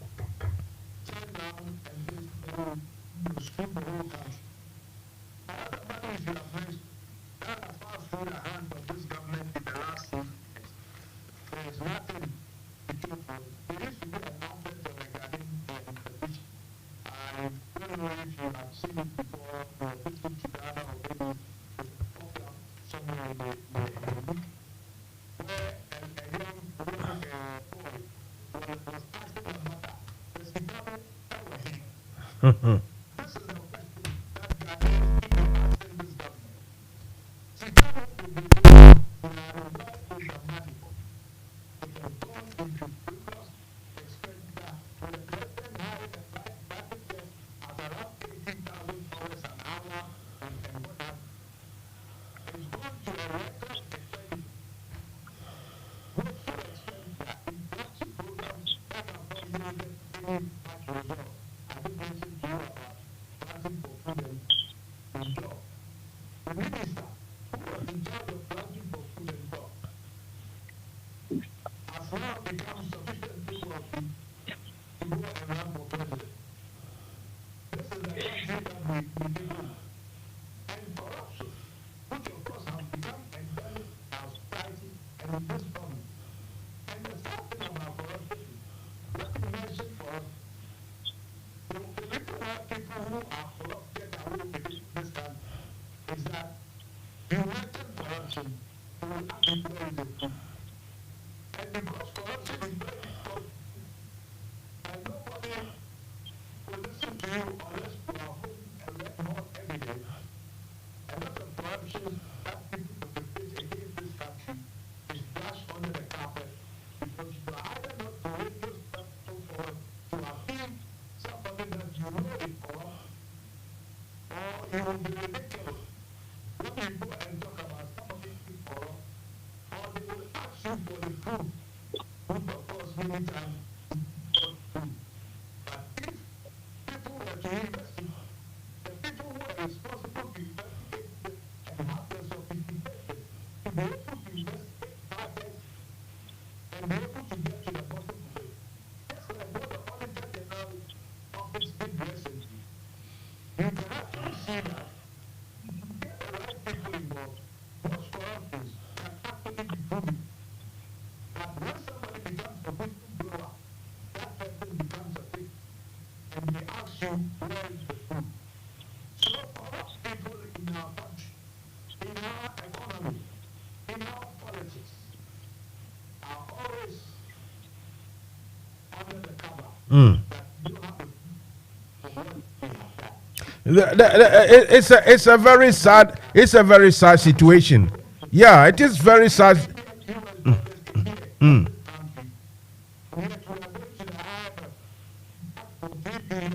You see,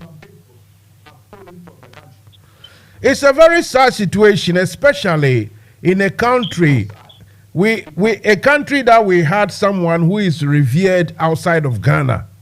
This guy who was able to infiltrate Thailand, infamous prison, to do investigation. He's been so many places.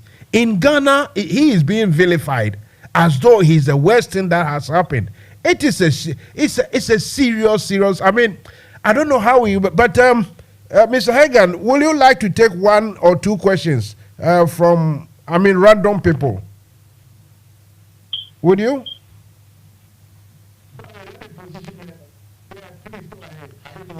Okay, I'm saying, would you like to take one or two questions from random listeners? Okay, stay there for me. 90 or 6903. Hello. Yeah, Mansa Musa, it's me, Abe. Good evening, Abe. Welcome to NFM Radio. Usually, what I say here is, I will shout NFM Radio. Do you know how to respond? No, okay. I've not been here for some time. Okay, you respond Emudaho. When I shout, that's my greeting. When I shout NFM Radio, you say Emudaho. Okay. You can say it in the Ghana version anyway. Listen, your question nice and slow and concise because of the WhatsApp system. If we talk quickly, it won't be good. So take it away. I'm listening. We are listening. Okay, Mansa Musa, your guest, is he still in Parliament? Nice one.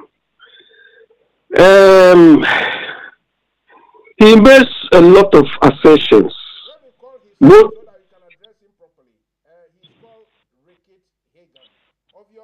No. I'm not going to use the word honorable to describe any of them. Mr. Hagan, because what they are doing there's nothing honorable about what they are doing in that parliament in Ghana. There's nothing honorable about that. So Mr. Hagan, he is still a member in parliament. Okay. Mansa Musa, I want to know from him whether the use of a sinking fund to provide for repayments of loans contracted by Ghana is officially endorsed by Parliament, or whether it is within the Financial Responsibility Act they approved. If it is not, what mechanisms or what processes do they have in place to repay these loans? One. Then he made some assertions that but once I let him know that I don't sell my conscience. So I don't belong to either MPP or NDC. I don't belong to any of them. I'm speaking as a Ghanaian, a concerned Ghanaian. Okay. So that is my first issue. He made some assertions that people cannot have 2 square meals or whatever a day. Can he tell us when in the history of Ghana has anybody had 2 square meals a day under his government and so on? But my main question is this. I want to know, because the problem which has landed Ghana in this sort of quagmire under his government and under this particular useless government is that we spend money. So we spend money unnecessarily, unreasonably. I want him to tell him, because he was a deputy finance minister. Okay. Can he tell us, in all the times they were in government, the ratio of savings out of our budget to GDP they made on a year-to-year basis? Can he tell us?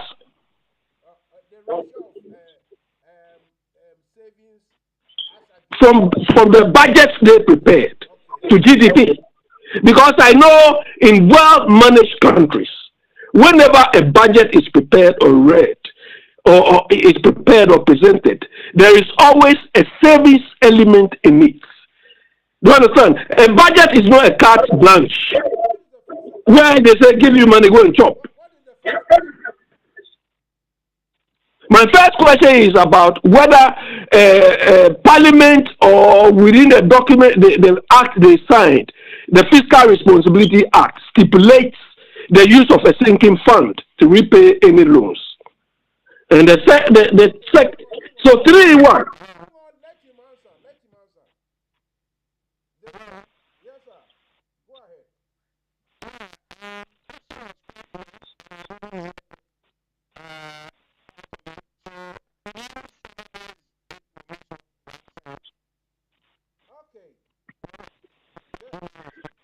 Mansa Musa, is he hearing me? I can repeat the question for him.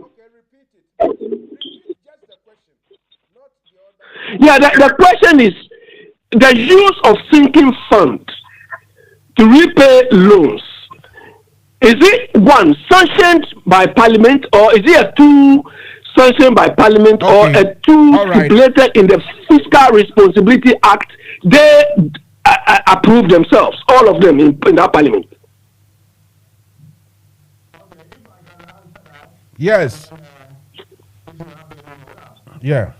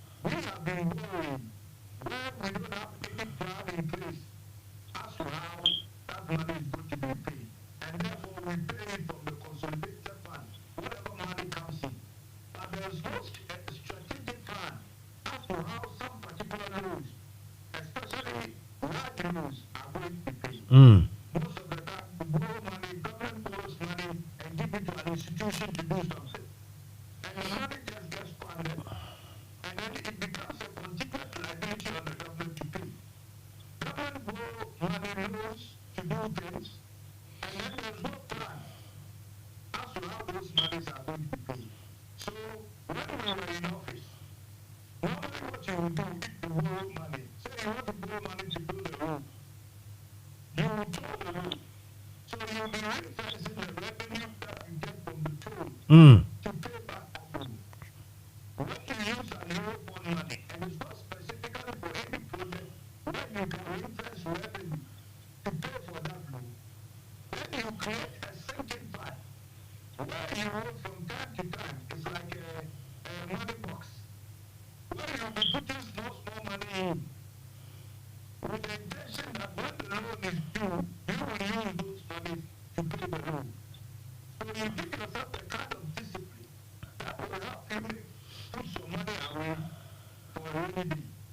And that's what the sinking fund that was set up under us was set up for. So we knew that the first bond would be due in 2017 and we were in 2014, 2015.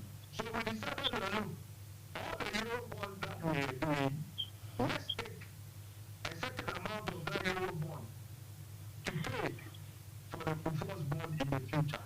Because the Euro bond that you go and take, you have to give a list of items that you are going to owe that money for. We incorporated in that list a proportion that will be used to mature bonds like Euro in the future. And it was something that we were going to continue if we are remaining enough to make sure that all future borrowing will have an element of that borrowing that we use to pay future debt. So that the future debt does not come to us as a surprise. So in effect, his question is, that sinking fund, is it right, by law to be used to pay loans? No. Mansa Musa, no. I know what the sinking fund does, but what NDC did, which I expected, because he's still in Parliament. I expected them because I know some of them have served on Parliament finance committees and so on.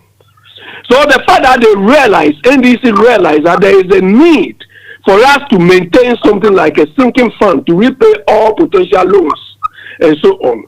Why, when they sit in the Parliament, why can't they recommend this to be enshrined maybe into law in the Fiscal Responsibility Act and so on? Question now. That means it should have been a legislature to underpin this particular process, so that no one can default or go. Exactly. I see.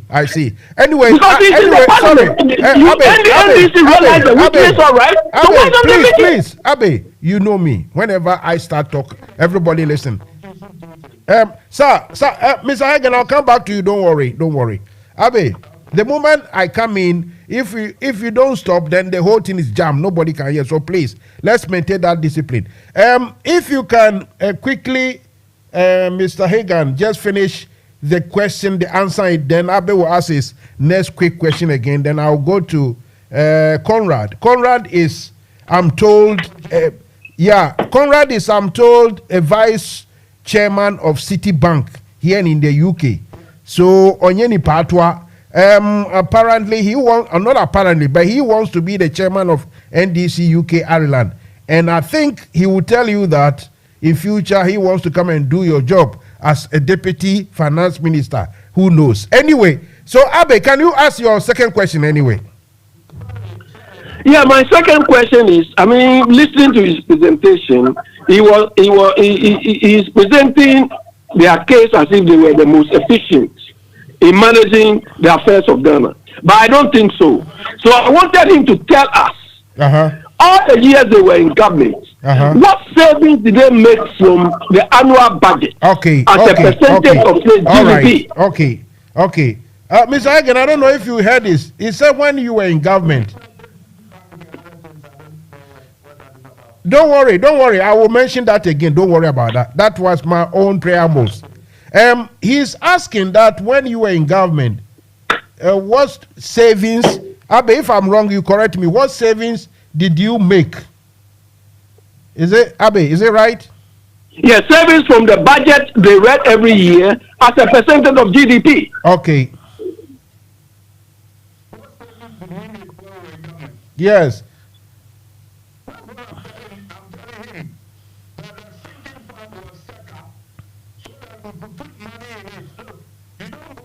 Mansa Musa, let him hold on. I'm not talking about repayment of loans. I'm talking about savings in the budget. Oh, I see. Okay, savings in the budget to make sure that budget don't do overrun or whatever to cut down on expenditure, something like, I don't know. But anyway, you answer it as best as we can. Then we need to move on.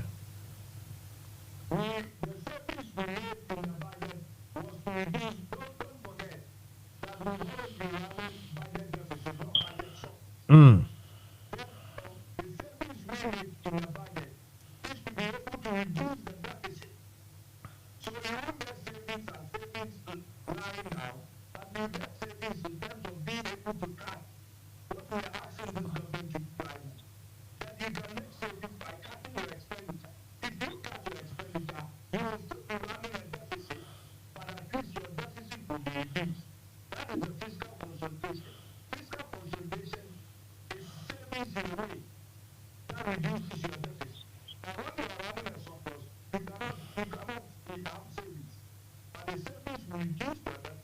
Mm.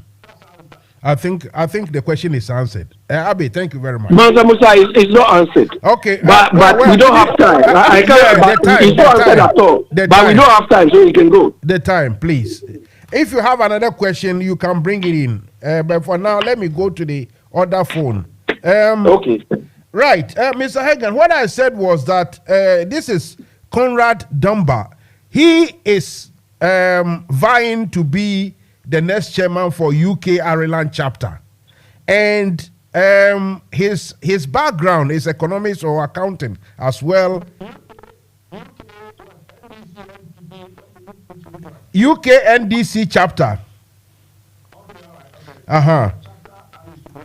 Okay, and his background, his profile, or his credentials, how you call it, is that he is the vice chairman of Citibank in UK. So as we say in Akan, Onyeni Patwa, and I think he will tell you that he wants to be the next either vice deputy minister or the minister itself. Who knows? 10-15 years time, Conrad Dumba will be the NDC minister for finance. Who knows? Anyway, Conrad, welcome. Hey, is Conrad not speaking? Conrad, can you hear me? Okay, hold on. It is my telephone lines messing up. Can you hear me? Okay, it is my telephone lines messing up. Let me make the changes and we'll continue from there. Kindly bear with. Okay. Hello, Conrad. Yes, can you hear me? Now we can hear you. We can hear you. Fantastic. Yeah, take it away. Yeah. Good evening, my senior comrade and honorable MP. Mansa Musa, what you don't know is that the senior comrade is one of the former senior members of the UK and Ireland chapter. And he's our idol, and I could never be him. So his job is very safe. In fact, we pray that he would aspire to the position of minister next time. We all work for him. Hang on, don't talk too fast. Because of the connection with what we call not Facebook, there, WhatsApp, it makes it difficult. So nicely and slowly, please. He wasn't, Conrad, he couldn't hear you, so nicely start your statement again. Oh, okay, my apologies. What I was basically saying is just a good evening to Honorable Ricky Tegan. He's a senior member, a one-time member of the UK and Ireland chapter, and I salute him for that.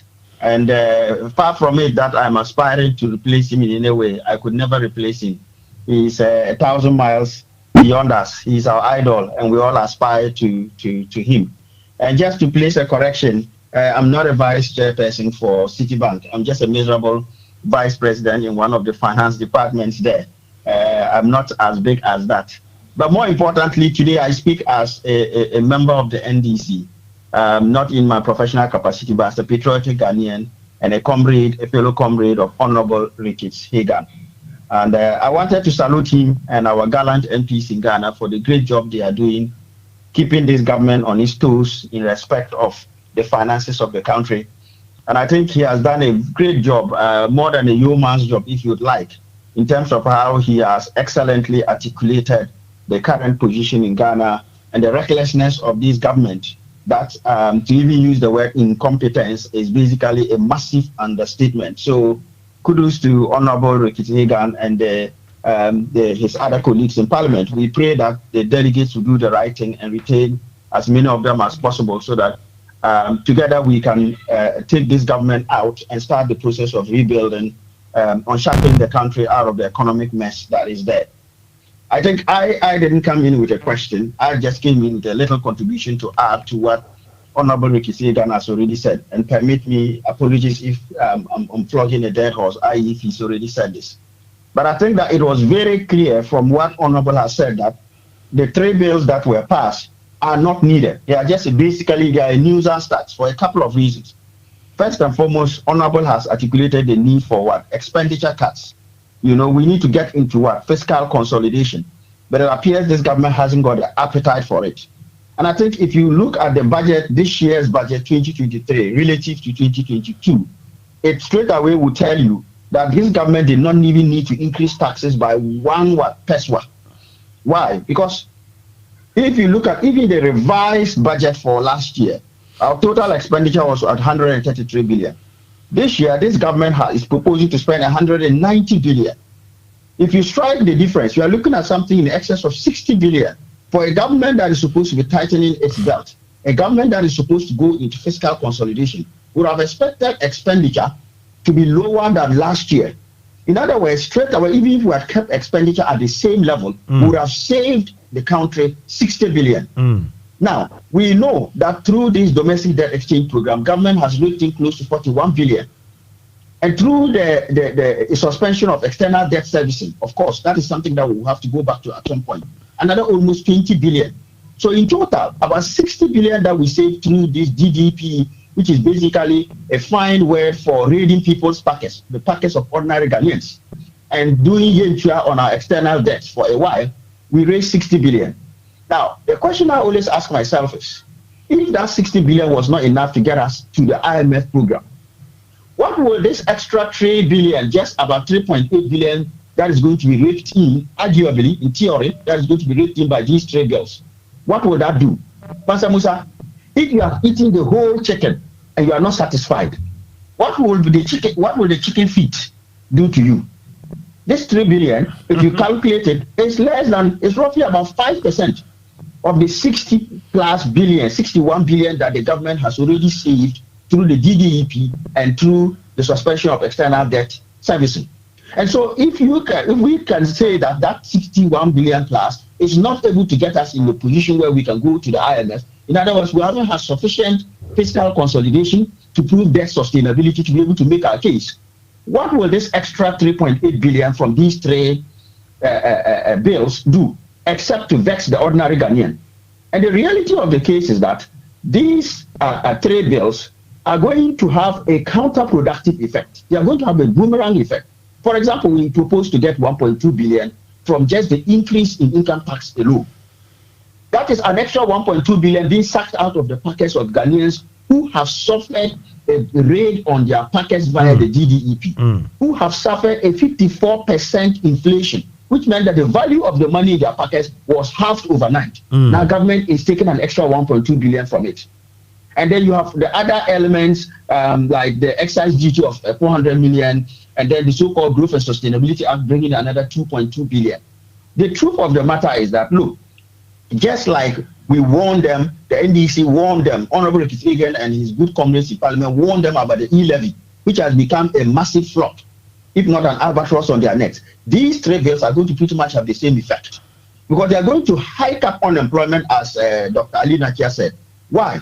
Because if suddenly you take 1.2 billion out of people's pockets, you have sucked that amount out of demand in the economy. And if you take that out of demand, where do you think the people are going to get extra money? If I were having 2 cubes of sugar in my tea, and you now have that taking half my money through inflation and an extra 1.2 billion through it, I'll cut it down to 1 cube of sugar. or just pretend that I am now healthy. Well, Mr. Conrad, you see, the NPP, they are not here, but they will argue that this, the optics or the aesthetics or just the effort of trying to get this legislature, this taxes backed by legislature, that one alone, may convince the powers that be at the IMF, for them to consider our deal or our request. That makes sense, no, or not? No, far from it, Mansa Musa. I'll tell you why. The people in the IMF, they are not idiots. If they were going to be convinced by 3 billion in savings or tax, why were they not convinced by over 61 billion being the combination of GDP and the suspension of external debts? Why were they not? So if 61 billion is not enough to convince them, why would 3.8 billion be enough? All right. Plus, Mansa Musa, the other fundamental point. I know you are clever in these figures, please. No. My head is now busted. Don't forget the floor is for your comrade back in Ghana. I know. I'm just supporting my senior comrade. Sure. What I want to learn with is this. My senior comrade has rightly diagnosed it, just as Honorable Atuforsen and our other gallant heroes in Parliament. The key to unlocking an IMF deal is fiscal consolidation. It's rationalizing our expenditure and cutting it. If you have office of government machinery, right? The entire governance element of that whole play, you're looking at about 8.6 billion. 1.4 billion alone is sitting at the presidency. Look at the number of presidential staffers. If you want to go and collect taxes of 3.8 billion, and Nanado can cut down all those special assistants and everything inside, and even take out that 1.4 billion, because that government, that office of government machinery is hardly a delivery tool. The actual ministries will be the ones doing the delivery. You want to deliver on fisheries, use the fisheries. You want food, use agriculture. You don't need somebody sitting at a zero development fund or microfinance and whatever at presidency to do that. But look, we can, even if we were to cut our expenditure, the increase in the expenditure of 60 billion, if we cut it by half, that's 30 billion saved. This is where we can show the IMF we are serious. The IMF, they are no idiots. Okay. And that's why when we went to China, China told us that we know the right thing to do. We are pretending. All right. We are not cutting our coat according to our cloth. Okay. So for me, all I want to see is to add to what Honorable has said, say, look, we, the members of the NDC in the diaspora as well as in Ghana, we solidly stand behind our MPs. Hiccups or not, we stand behind our MPs' calls to hold the government accountable and to force the government to administer fiscal consolidation rather than a rampant imposition of nuisance taxes on the good people of Ghana. So I'll cut it off here and say thank you again to my honorable MP for giving me some of his time. Don't go away yet. I want honorable will respond, but before he responds, I want to still ask you. I mean, with this, your big brains about figures and how to, make sure you gather and save the monies here and there, you surely wouldn't deny that your aim, your future aim, your target, your objective is to, in future 10, 15 years' time, you are the minister. What is wrong with that? Pastor Musa, two things. One, I don't want to become Malam Timothy Baumia. All talk and no show. Two. Okay, go ahead. Monkeys play by sizes. Okay. There's a time for everything. Right. And my desire is to support the social democratic move in Ghana. Okay. It is not of the essence that I sit in a frontline position. What is important is that those of us behind are able to hold a strong party. For me, I campaign for you. Look, my daughter, her mom is a Russian woman. She lives in America, but she loves Ghana. My daughter loves Ghana, and she's all into this business of accounting and figures. Very clever girl. So if you don't want to be a minister, I will start campaigning for my daughter then. It's up to you. I will join your daughter's campaign team. All right. Before I go to the next caller, Honorable Mr. Hagan, please, if you respond to your comrade. First of all, I must thank him for his eloquent submission and understanding of the subject. He has, basically explained that somebody who has a grasp of what is going on. And I will add to your voice to add in that I hope that he will somehow find his way into a future future NDC government in whatever capacity that will help us move our country forward. We have all been in the diaspora before. I spent many years in the UK. I was a banker at Rothschild and JP Morgan and other places.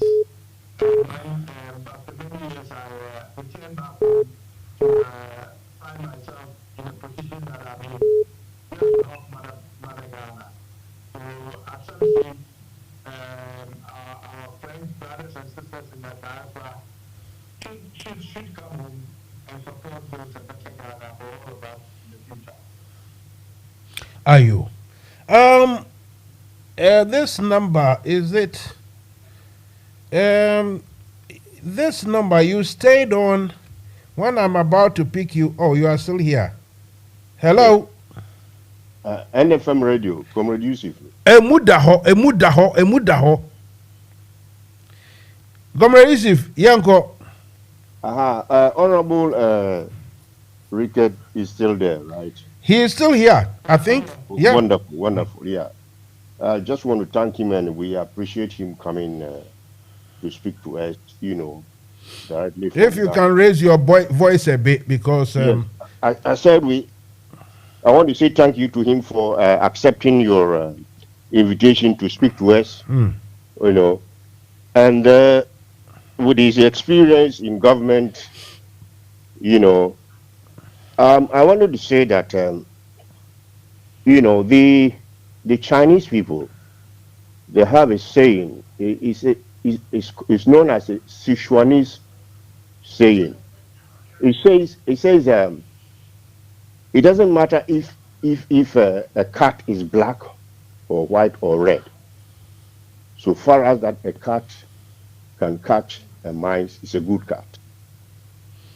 Is a very pragmatic saying, and what they mean by that is, by adopting a pragmatic approach, in whatever you do, be it economics, finance, and also the politics that we play.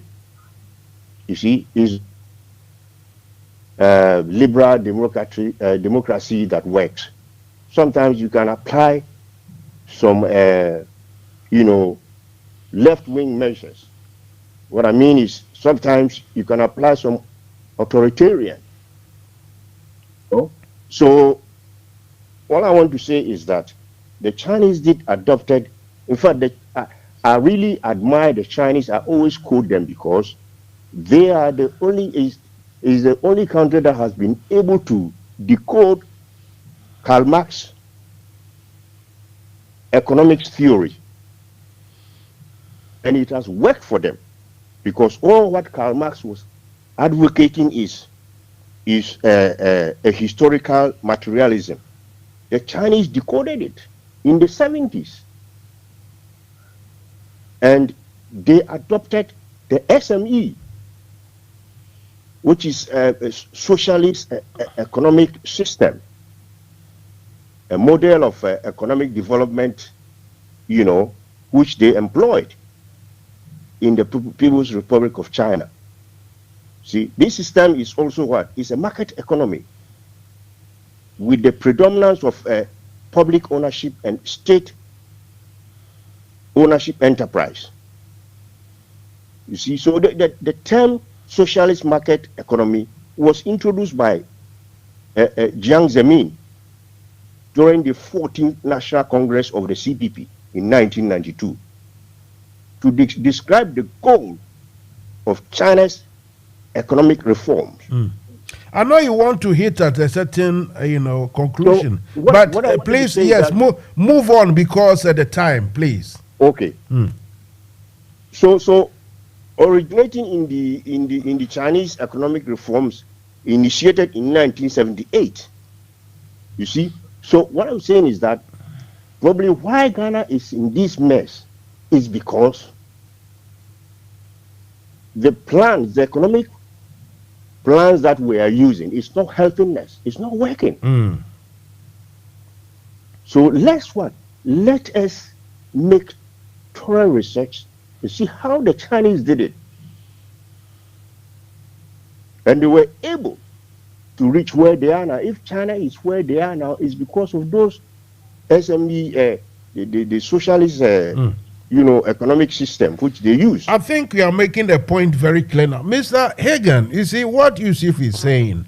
Look, we have tried this Westminster or Harvard, Yale economy of, I call it casino economy, where we borrow and spend, instead of actually, building our economy on our strength.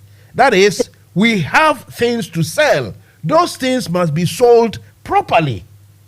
When I say sell, it's not just, selling it, but if we have oil and someone comes to say, look, we have the material, we have the technology, we have the science and everything, so we are coming to take this oil at 70% to us, and the 30 you share it among whoever. And we should be able to say no. If it's not 50-50 or the majority coming to us, go. We will leave it there. Instead of, being strong, changing direction, finding a way, a new sort of market strategy, or not market, economic strategies. We are still following the Westminster, the Western type of borrow and spend, and they provide the goods we only consume, as against Nkrumah's means of production, means of consumption, means of distribution that he started with. Do you think we have to re-emphasize, find a new emphasis to our economy, economics? You are absolutely right, Mansa Musa, and to the gentleman who... Yusuf. Also actually right. I wouldn't even go as far as China, because China is a huge country and has complexities. But let's just take countries that are almost of the same size as us, also in the Asian Pacific, like the Singapore, the Indonesia, the Malaysia, who are almost about the same size as us and have the same GDP and per capita as us, or even less. Please hold. And let's see and look at the miles that we have put between us and them as a result of economic progress. It tells you that we have failed at so many stages in basically bringing our economy up to speed to the level that we should be, especially when we have an underlying asset like all the resources that we have. The problem, if I may put it, is that our economy, the structure of our economy is not right. This is not to say that this is not about NDC, but the fundamental structure of our economy, which was handed over to us by the colonials, which came to be known as the Gettysburg economy, has not been a good economic model for us. Because the Gettysburg economy was designed in such a way that will benefit the imperialists, but not to benefit us. That is to be able to spend our natural resources and natural endowment to the West, and to its raw speed. And in return, we take finished products and pay more for it. We are a country that imports so much or too much, but we export very little. And what we export, not much value is added to it.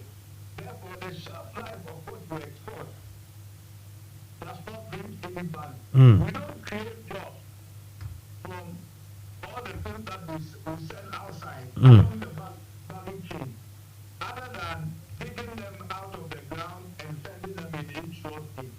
Therefore, the number of jobs that we can create in the oil space, in the gold space, in all the minerals that we have, through added value, we don't do it. Therefore, a number of our people, youth, are not getting employment, because even though you have become an oil producing nation, the number of people who are being employed in the oil sector are very few, because we just take up the oil in the sea and then send it outside without even processing it. We have our thermal oil refinery that does not process anything. when Nkrumah built the thermal oil refinery, we did not even have oil. But Nkrumah knew that the prospect was there. And it was not only to process our oil, but to process oil from elsewhere so that we can even make money from a commodity we did not have. How come that now we have the commodity, but we are not able to use the rights of toll that was created by Nkrumah to add value to the oil that we produce? And therefore we have to use, again, gold in each real estate to go and buy oil from somewhere else and get cheated. When we could process the oil that we produce to feed our appetite for oil factories. So the whole structure of Ghana's economy needs to be changed, needs to be looked at, and we become a country that becomes a manufacturing-based economy than just the gimmicks and the sloganeering that we say one district, one factory, without actually any tangible factory bringing up. If the number of factories that MPP claims they have created, when we were young, we were told that Nkrumah created 70 or 70-something factories. All these factories, though the population was low at the time, created a value-addition job for our people to get jobs to do. Now, the number of factories that we claim we have actually created here in this country, if that is actually true, and they are not cottage industries but proper industries, our unemployment rate will not be as high as it is. If we added value to natural resources and things that we export, we will have earned more in terms of export revenue and be able to pay for our external debt than we are doing at the moment. So you and me are most fortunate that the structure of our economy itself needs to be looked at. Because if your structure of the economy is so good, then when we have things like COVID, Russia-Ukraine war, the impact on you will be much more severe than others who have a better economic model. You see, the reason for having this discussion, I will go back to Yusuf again, but you see, the reason for we having this discussion is that, you know, in the near future, we have to change direction. You spoke about Gogisberg economy. Now, even the Gogisberg economy, if we were doing it properly, maybe one would say, oh, maybe we'll get some benefit. Now we are not even doing Gogisberg economy because the resources, the natural resources, we have not even taken it raw.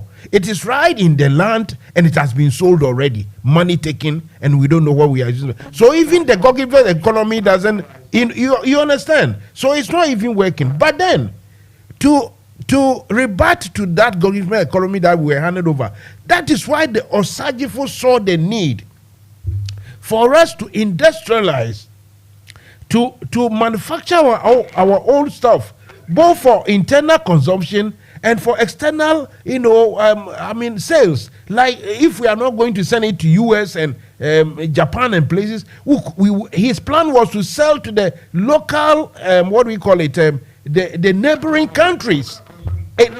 Yes, to the neighboring countries. That is how other countries started. They use their neighbor, they sell, and buy from them. The template, what I want to say is that a template has been set by Osagifo. It's not too late to go for it. To proper industrialization. It's not talking about 200 factories and yet unemployment is everywhere. Those are lies. I mean, they have wasted the money. So we won't go there. But what I'm trying to say is that, not that in future, when you guys come to power, then you will be overpowered by those who want to insist and remain on this same, Westminster buy and sell, borrow and spend economy. If people like yourself and others can stand firm, and we got to start, because luckily now it's not going to be like the previous non-aligned world. Now it is that the BRICS as against the West, it's coming to a time, you see that the French-speaking countries in Africa, they are gradually disentangling themselves from the French yoke. It will be easier this time for us to stand on our feet, than maybe previous. So I want you to assure people, Ghanaians, it's not about utopian communist or let's say utopian non-tangible economic theories. No, but we have things that we can do to sell, and we have to sell it properly. If we are mining oil and we are getting only about 15 to 18%, even less, this is not good enough. Despite that, we don't have the tools. Then it should remain on the ground or in the sea. This is the boldness we need from our future leaders. I don't know if you agree with me. I agree with you entirely. And I mean, one of the things, unfortunately, is that sometimes being in a position is good. You know, we were happy when we lost the election. But having been in a position, we have learned a lot. And I believe that when God gives us the opportunity to, you know, yourselves and your families at home and all that, give us a lot again to run this country, I can assure you that things will be done differently and better than probably we did in the past. Okay. Let me quickly, because of time, let me go. Isif, I'll come to you. I know you are there. 5888. Hello. Oh, hello. My name is Kofi Asante Segabo. Kofi Asante, let's go. I listened to you for about 2 minutes, and then I just came back. I heard somebody talking about 250 factories, and still there's unemployment. I've not listened to the full details of your discussion, but I know the story on the IMF. I know the further issue. The finance minister must be sacked and blah, blah, blah, blah, blah. The trouble we have in our country is that we live in a $70 billion economy. We need so many things in the country. So many things. And the question is, why is it that since independence, we keep on going to IMF? Why? About 17 times, 18 times. Why have we been always going to IMF for short-term financial support from IMF? Why? The whole answer is that we are still a developing country. Not until we succeed as an industrialized country, we shall always go. If NDC were to win the election next year, assuming granted NDC were to win the election next year, I promise you, 2025 we still go to IMF. During the next 2 years, we shall go to IMF because we have weak base. The economy is very weak. A $70 billion economy, give you $75 economy. The capacity, production capacity is weak. We are not going to use monetary and physical policies to run away from our problems. I tell the truth, this country, Britain here, if Britain had not been an industrial country, they would have run to the IMF. The only solution is not about sacking finance minister. We shall sack finance minister and bring anybody there. We'll still go to IMF. We need to succeed in industrialization. This is the answer to that. Anything is politics. Everything we are talking about is politics. And if you have the one diesel, one factory is one of the best bet. We need to deepen this. We must deepen this principle. One diesel, one factory is one of the shortest way to get out from this mess. What Nkrumah did, we only sold about more than 300 state enterprises. It was an answer to our industrial success. But more than 300 state enterprises were sold. We didn't know where the money went to. So if this government has set up 250, 100, I don't know what if it is through 250 factories that you set up. It does not necessarily mean that if you have set up one factory, 250 of them, it does not mean that we shall not have unemployment. We just started. We haven't gone to any far. We just started. We even have to make sure that we have the much needed raw material to supply the industries. So the fact that even if you set up 300 now, even if it were to be 500, we're still going to have unemployment. It depends on the stage of where we have reached. So, Mr. Asante, look, what you are saying is quite profound. I mean, look, there's not much argument there, but you see, we have to be truthful to ourselves. I'll let the MP come in with you, but we have to be truthful to ourselves. Look, yes, this on paper, on the in the brochures and in magazines, newspapers, it sounds good. One district, one factory. But practically on the ground, the news media, they travel, they go and see some structure in the bush abandoned is counted as one district, one factory. The point is, even though I agree with you, it has just been started. By now, you should have the effect of a bit of augmentation in the employment structure. We should feel that about 200 factories set up or built or whatever they created, that's the word. 75 of them has employed 10,000 people, 6,000 people, 5,000. There's nothing like that in the country. There are some lies being told to the nation, and that is what we have to challenge. We don't look. No one would disagree that trying to build factories is bad. But look, I read recently, I will let you speak. I will definitely let you speak. I'll even ask for more time for this. Look, recently we've heard that some Chinese investor, apparently some western region somewhere, is coming to build a sugar factory. I mean, imagine, it's true if he's coming to build. What about the one we have spent money to build already? Is that not a factory? Is that not an industry? There's some lies and innuendos, unnecessary politicking, and we have to face it. The lies is coming from. Go ahead. Is it coming from both sides? Is it coming from the lies coming from where? Well. For now. No, listen. For now, for me, I don't like equalization. 2016, when there was the Jiba, the Sada, the this, and some of us believe those nonsense, and we lambasted the NDC without making any. I didn't make any reference to Kufuor's time. I lambasted the NDC. Now the governance, people who are running the show, we have to tackle them. I'm not going to sit here to say, what about the NDC? What about that? No, these people have spent close to. They've had about $100 billion. Do you know countries like Qatar and all those people, how much they started to develop with?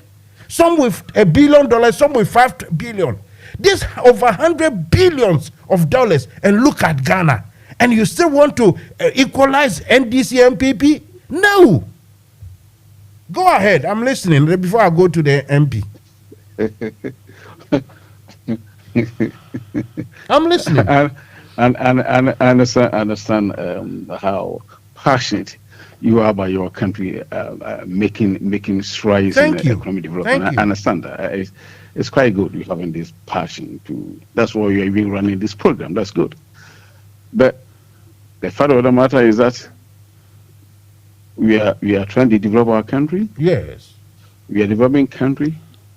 Things we are like a pawn in the global chess of politics. You see, we live in a capitalist system where we are competing with a lot of countries, bringing their goods to Ghana.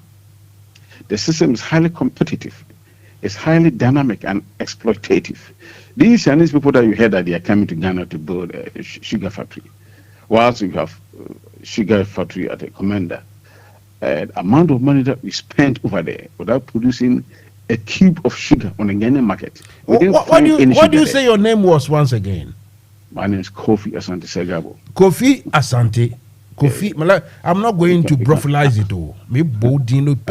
If you want to get it right. With all due respect, Kofi Asante. Look, let me tell you this. Let me tell you this. Go ahead. For almost 7 years. Yes. A factory that has been built, yes, and that narrative.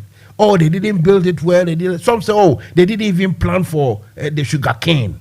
Well, yeah, of course. For nearly 6-7 years. Yes. A special minister for such things, and still that thing is hanging there. And we Ghanaians are not actually, tackling.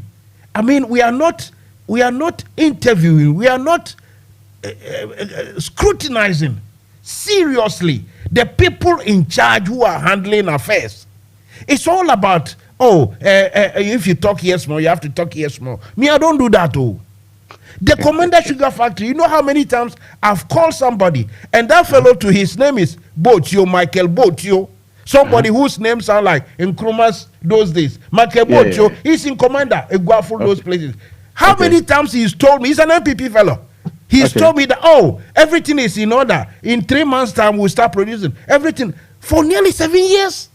Just like that complex also destroyed it. I mean, getting destroyed at Seglemi.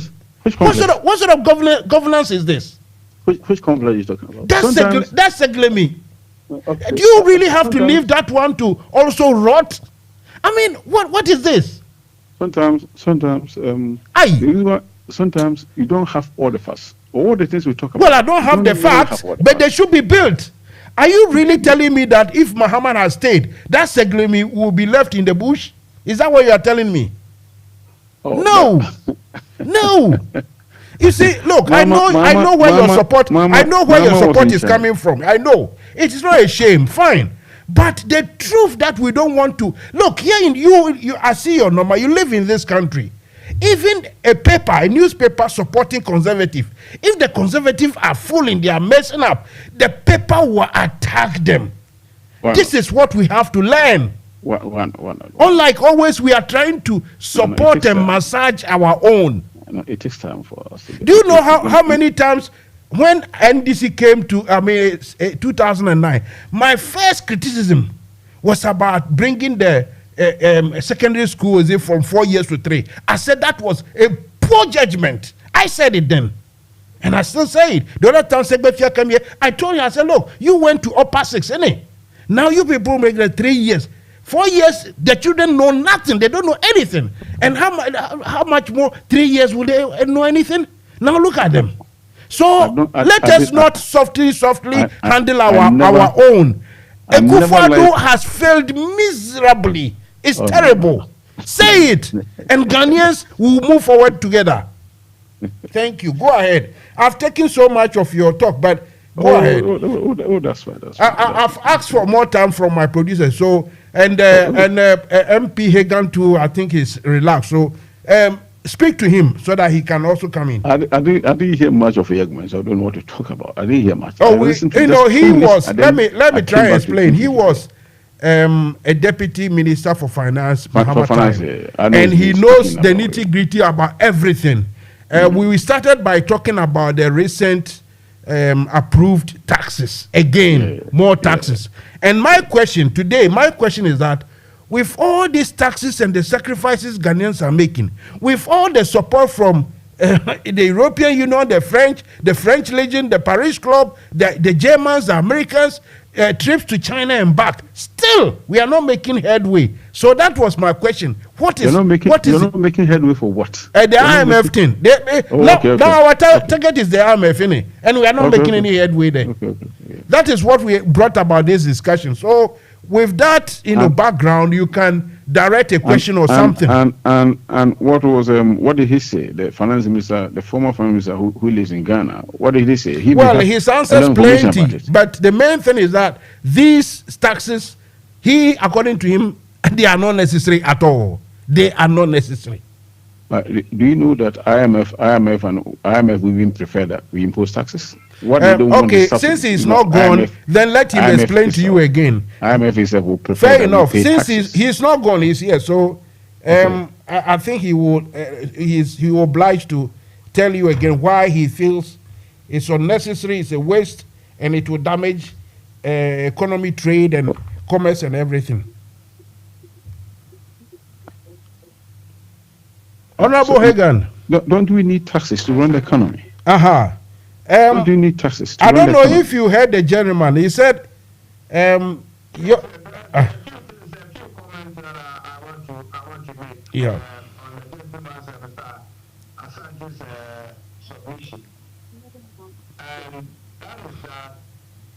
There's no question in my mind or in anybody's mind that Ghana as an economy has to industrialize. Ghana should become a manufacturing economy. Of course. Should add value Of course. to the raw materials which are usually the inputs Of course. some of these factories that are being operated elsewhere. Of course. Musa, you hit it right on the nail again. And that is to do with Commander Sugar Factory. That Commander Sugar Factory should basically be a shame to this country. For us to borrow money from the Indians, over $30 million plus an additional 25 million that would have been needed for the agro development, education, and other things. And 6 years down the road, that factory is sitting downward. Yet Ghana as a country does not produce a single sugar anywhere in this country. We spend over 400 to 500 million now. When we were building a factory, we were spending 300 million to import sugar into Ghana. Today, we are spending between 400 to 500 billion in bringing sugar to Ghana because we don't produce sugar anywhere in Ghana through the Citrari and the Commander Sugar Factory collapse. Once built by outside because of the panel. That clearly tells us that there is a lot of things, whether the factory was built, the argument that the NPP put up initially, after 2 years or so of coming to office, before they started looking at the Commander Sugar Factory, does itself not hold water. That we did not plant sugar cane, that we did not do this, we built a factory without any plan. None of it is actually true, because there was a plan. And another time we will go into the whole discussion of Commander Sugar Factory, because not only was I a Deputy Minister of Finance, I also at one stage was the Deputy Minister of Trade and Industry, responsible for industry. So the Commander Sugar Factory was actually built under my watch. And I was very much part in the whole process of the Commander Sugar Factory. In fact, I was the Minister, Deputy Minister of Finance when we signed the agreement with the Indian Exim Bank for us to get a facility. I became the Deputy Minister of Trade and Industry, responsible for industry, who supervised the building of the factory. I, in the end, became the Central Regional Minister who commissioned the factory with the Executive. Can I ask the former minister a question? Ask. Did the factory produce any cubes of sugar in the country, or were they the sugar that was shown to Ghanaians were imported from Brazil? Did we actually produce real sugar in the country, or they were imported from Brazil? To show to Ghanaians, I think he's answering your question. Yeah, he has heard your question. He's answering it. Yeah. Okay, go ahead. As I've told you, I was with this sugar factory from beginning to end.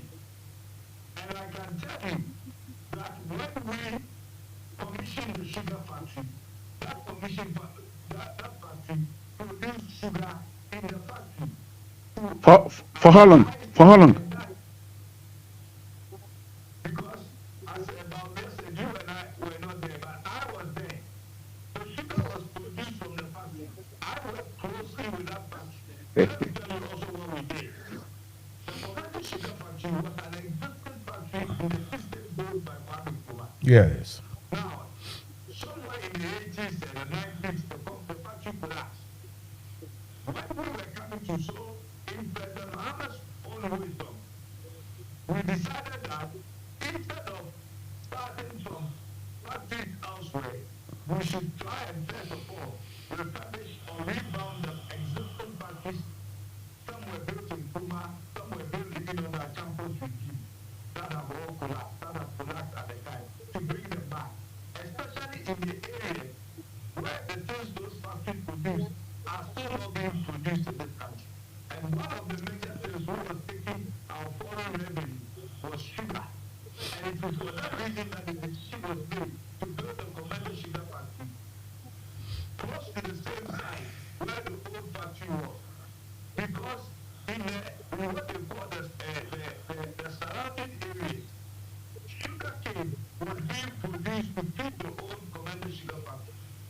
But because they have stopped producing sugar, a lot of the people who were growing the sugar cane were using it for molasses. And the quality of sugar cane they were growing was not the same quality when the factory was there. So the second tranche of the loan, which the Indians, which was contracted from the Indians, which the NPP government never went for, the 24.5 billion, was to increase the yield of the sugar cane that was being planted by the farmers, the satellite farmers, and also the factories owned cross farm. Before we left office, under my supervision, we have done about 50 acres of sugar nursery with the right yield, because we realized that the sugar that the people were growing was not good quality for us to be able to feed the factory with. Sure. And let me tell you what we used the sugar for before they were cutting the sugar to use the new one. We used that sugar that is produced by those farmers to do the testing period of the factory. So the sugar that we produced did not come from outside, it came from existing sugar cane that we had with the farmers in the surrounding area. But the quality of sugar was not the same level as we could have made it. Because from what I know and from what I learned from that, every 10 tons of sugar cane, you must get 1 ton of sugar from it. Sure. We were doing about 10 tons and maybe getting about half a ton of sugar from it. But that was for the testing. So the idea was that the new technology we were using, the sugar cane would have grown every 6 months. So from the time you do the nursery, and you know the nursery is not just seed, you actually get sugar cane, which you cut into pieces and plant. What that would have done was that every 6 months, sugar cane would have been available to feed the factory. But the testing period, the sugar cane we use for the testing period, which we pay the farmers for and produce sugar out of it, was received from the farmers. Can I ask the finance minister 2 questions? One. As quickly as you can. Yeah, first question. Let him finish. Asante, let him finish. He hasn't finished yet. The media were there when the sugar was being produced from the machines. I worked very closely with Cheftek. Cheftek is the company that built the factory. They test ran it. This company I'm talking of, you can Google them. Cheftek is an Indian company that builds sugar factories around the world. And around the world, they have built over 200 sugar factories. They are not novice in the business, or they are not tourists that were recruited by the NDC government to build. These are people who have been building sugarcane factories and producing sugar factories and producing sugar around the world for many years. That's the company that built that. And they brought state-of-the-art machines that were well equipped to produce sugar in Ghana. So no sugar was carried from anywhere to come and demonstrate in the factory. Okay, Mr. Asante, before you ask your question, okay. Mr. Asante, before you ask your question, Yes. I will ask my question to you. Then you can ask your question. My question is, do you or you don't accept that commissioning, it was a test run, as if that's a technical term, it was a test run to produce sugar. So it wasn't like it was in a commercial quantities they are going to sell, but the machines did work, whether you believe that or not. Then secondly, I'm asking you the same question I asked you about Seglimi. Are you really saying that if Mahama stayed in power, by now that factory is still like this, languishing? Are you really saying that? You asked me. You asked me a very hypothetical question. Very hypothetical. I use Commander Sugar Factory as my yardstick to measure NDC performance. I thought Mahama, the way he ran around to open the factory, I think economic resource. Commander Sugar Factory, which was supposed to be an economic resource, was treated as a political football. As for that one, I agree with you that, okay, maybe for political, but you can't deny the fact that the machines did work and they produced. They wanted to show Ghana that why was the factory closed down 2 months after commission? That's what I'm saying. It was a test run. It was a test run. Do you understand a factory test running? And it was closed down for until God knows. Okay, it closed down for 2 months, and NPP came and it has closed down for how many years? A new factory. Before we can and we have paid, and nobody has proven that people chop money or they bought wrong things. Nobody has proven anything. So what me, I always say this thing. What sort of governance is this?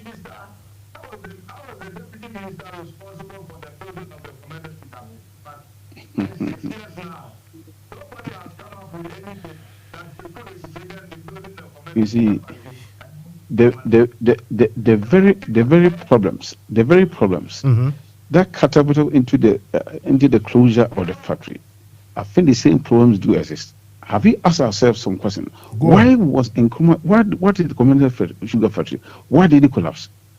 Why did most of the state enterprise? Why did they collapse? The very problems that were associated with the Mr. Asante, if you ask these questions, I'll tell you something. MP, 1 second. MP, I beg you. Where did I beg you? Mr. Asante, I've said it and people even laugh. I say if you put Nkrumah's image on the cross and remove the white boy, blue eye, blonde Jesus, I will worship that cross that carries Nkrumah's image on it. Look, let me tell you something. When after you ask a very good question there, after the overthrow of Nkrumah, which was actually orchestrated by those who wanted that to happen, straight away I have some people in London here. I call them the Nkrumah boys. They were young people. Yeah. Adesoya will tell you. He said, Mansa Musa, after 2-3 months, the goods that were coming from America, some were free, some were as cheap as you can get. Sugar, milk powder, flour, oil, kambu. Those days we didn't have jeans. They call it dongari. Canvas. All these things for free. For free. In the end, wait for it. In the end, Ghanaians developed the taste for foreign goods. My mother, look, her friend, that's Barras Boy Soldier Line. Her friend, a woman, her husband bought her GTP. And my mom was telling that woman,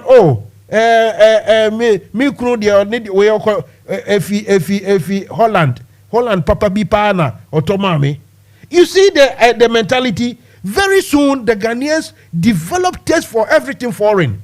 So in the end, our produce is like we didn't like it again. It wasn't selling, not even in Ghana. If you say made in Ghana, tinapa, people will like made in Holland or made in Switzerland, tinapa. So this is the reason why the whole thing fell apart. But that is a discussion for another time. It's a different discussion. It is the reason why I always blame those traitors. The traitors among Ghanaians who connived with the colonizers, Americans and the rest, to destroy us. That has been our bane. That has been our problem. And for that, no one is going to convince me otherwise. The traitors whose ancestors today want to portray themselves as though they love the country, sending us back to the colonialists again. My final question for the Deputy Finance. Ask your final question. My final question for the Deputy Finance Minister. Is it true that we have to? Is it true that this government? He said he is asking his final question. So I bet people are behind. I'm asking my last question. Ask your final question, please. Is it true that this government had to pay judgment debt concerning the commodity sugar factory? Okay. The sugar they borrow from companies. Listen, this is going to go. Listen, the MP has been here for almost, let me see the time. It's almost 2 hours now. Exactly 2 hours he has been here. So listen. Let him give his final submission. Then me and you will argue this point. Stay here. Don't go. Okay. Okay, go ahead. Mr. Hagan, please. Go ahead. Mr. Hagan, go ahead. I want to end by saying that whatever the MPP accused the NDC of when the sugar factory was built, whether they claim it to be sugar or not, they have been in office for 6 years now. What have they done? If the machines were not there, and they said they were going to bring them, they said they were looking for a partner for the last 6 years. They said they were going to revamp the factory for the last 6 years. today, we still import sugar, and nothing has been done. Even if they have built their own sugar factory, if they thought ours was no good, and they build their own sugar factory, that sugar factory could have been completed by now and producing sugar.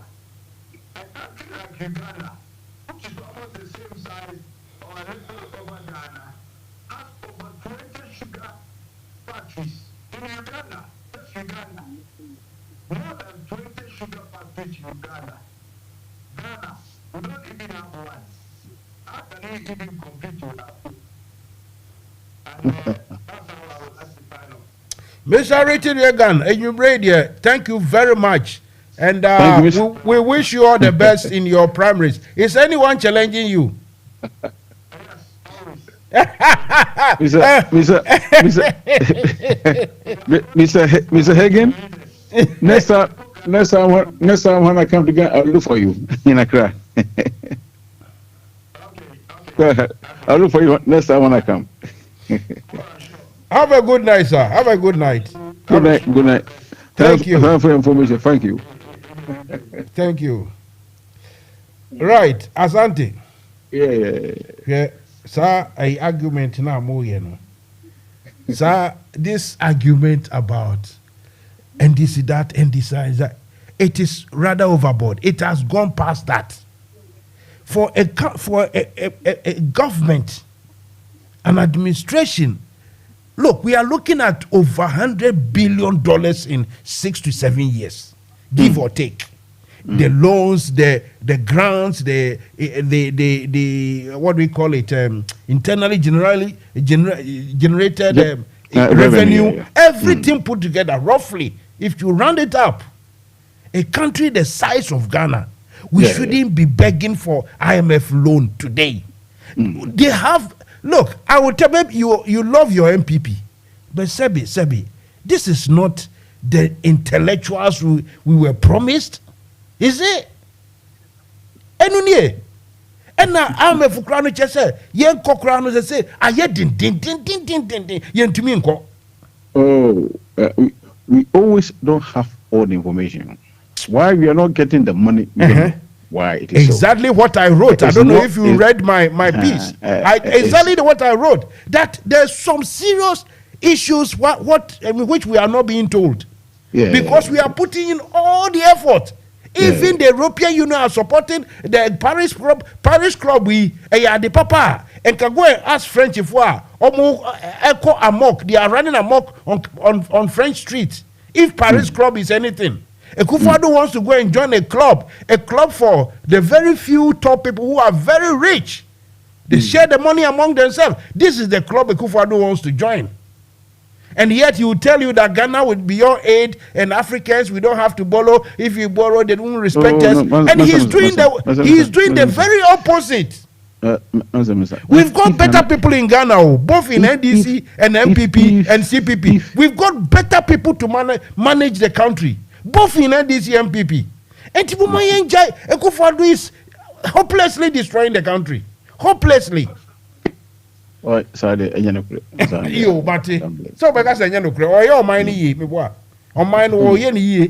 we are having challenges. Challenges in one I don't go and told you that the figures you are even producing to Parliament were not wrong, but deliberately, you are producing different figures as to the ones you are producing to the presenting to the international community. All this is a smart accounting to deceive your own people. Look, as we speak, roughly put, the Bank of Ghana has printed roughly put about $3 billion for government, which it shouldn't do, all against the law.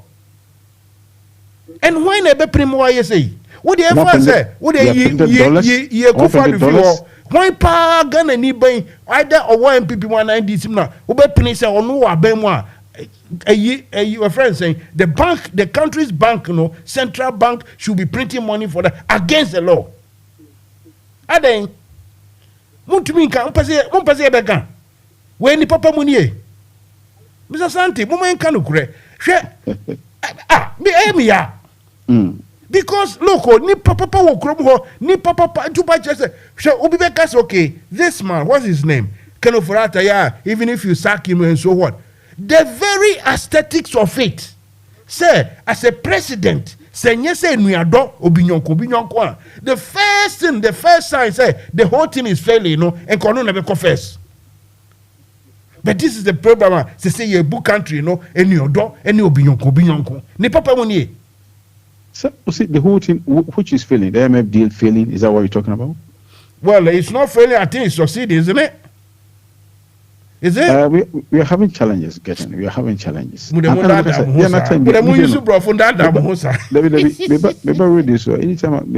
and I make us.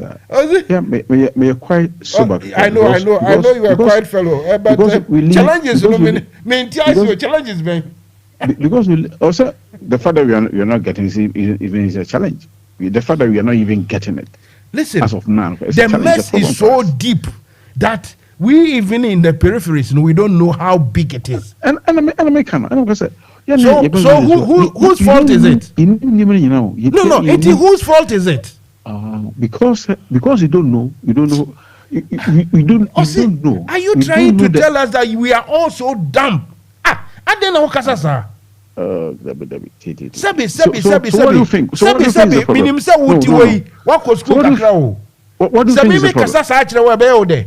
Say, you don't know. You don't know. The people have messed the whole thing up, and you are still defending them. Don't you think you have proper accountants, economists, proper in MPP than Kenneth Forata, or you think you don't have? If you tell me this, I know you're going through personal life. Let me say this. let me say this. And then we call them monopoles. Okay. You're being personal. Let me say this. Operator went to one of the two top Ivy League universities. Oh, right. That you know. They are 8. Okomutu. Okomutu. His father was a former deputy finance minister, Buziata. Yes. His father's and also hear the same thing. Okay. Also hear the same thing. His father's position, and motivate you about finance minister. Listen. Madam also we don't care. We don't care whichever motivated him. The guy is a mess. He has messed up. Also see your school papa. The school papa no na Ghana for bedi. David. Who said that one is an insult to? So school papa. And so you are making judgment. Oba Ghana no. Yes. He set up an investment bank. Yes. Employing Ghanaians. Yes. Legon. Yes. Economics, finance, yes. Or employ. This man worked for about more than 20 years. Everything you say, I have a response to it. When you say Papa Kwesindum, also call school Papa, also the investment bank, no, you better, far better, can you for that idea? Oh. The banks, you know, far better. And so can for that bet me go Papa Kwesindum, the bank. Exactly. You can't convince me when I know the truth. For me, I know the truth. I'm not going to sit here to say, NDC for your BBR correct. No. Dr. Parkinson, he has ever blamed the government for bringing his community. Okay, so he collapsed his own banks. All right. No. He has never mentioned the BMT speeches. But she and her crew must say 3 times. What did he say? What did he say? So what did he say about the bank collapse? At that time, he was promoting his company. Since the collapse, what has he said? Say, it's not the fault of anybody, it's my own fault. What can I say? It was better to say, local companies, a bit more subsidy. Now you want the country to be run by foreign companies. Listen. Ken Oforiata's bank wasn't the best in the country. Huh? So the problems that other banks were facing, his bank was facing the same. But yet, because he was in power, he was able to look. Do you remember that their own attorney general then even advised against the plans to close those banks? Even he advised against that. So what are you telling me? It's not a he, it's a she. She advised against that. Mamino.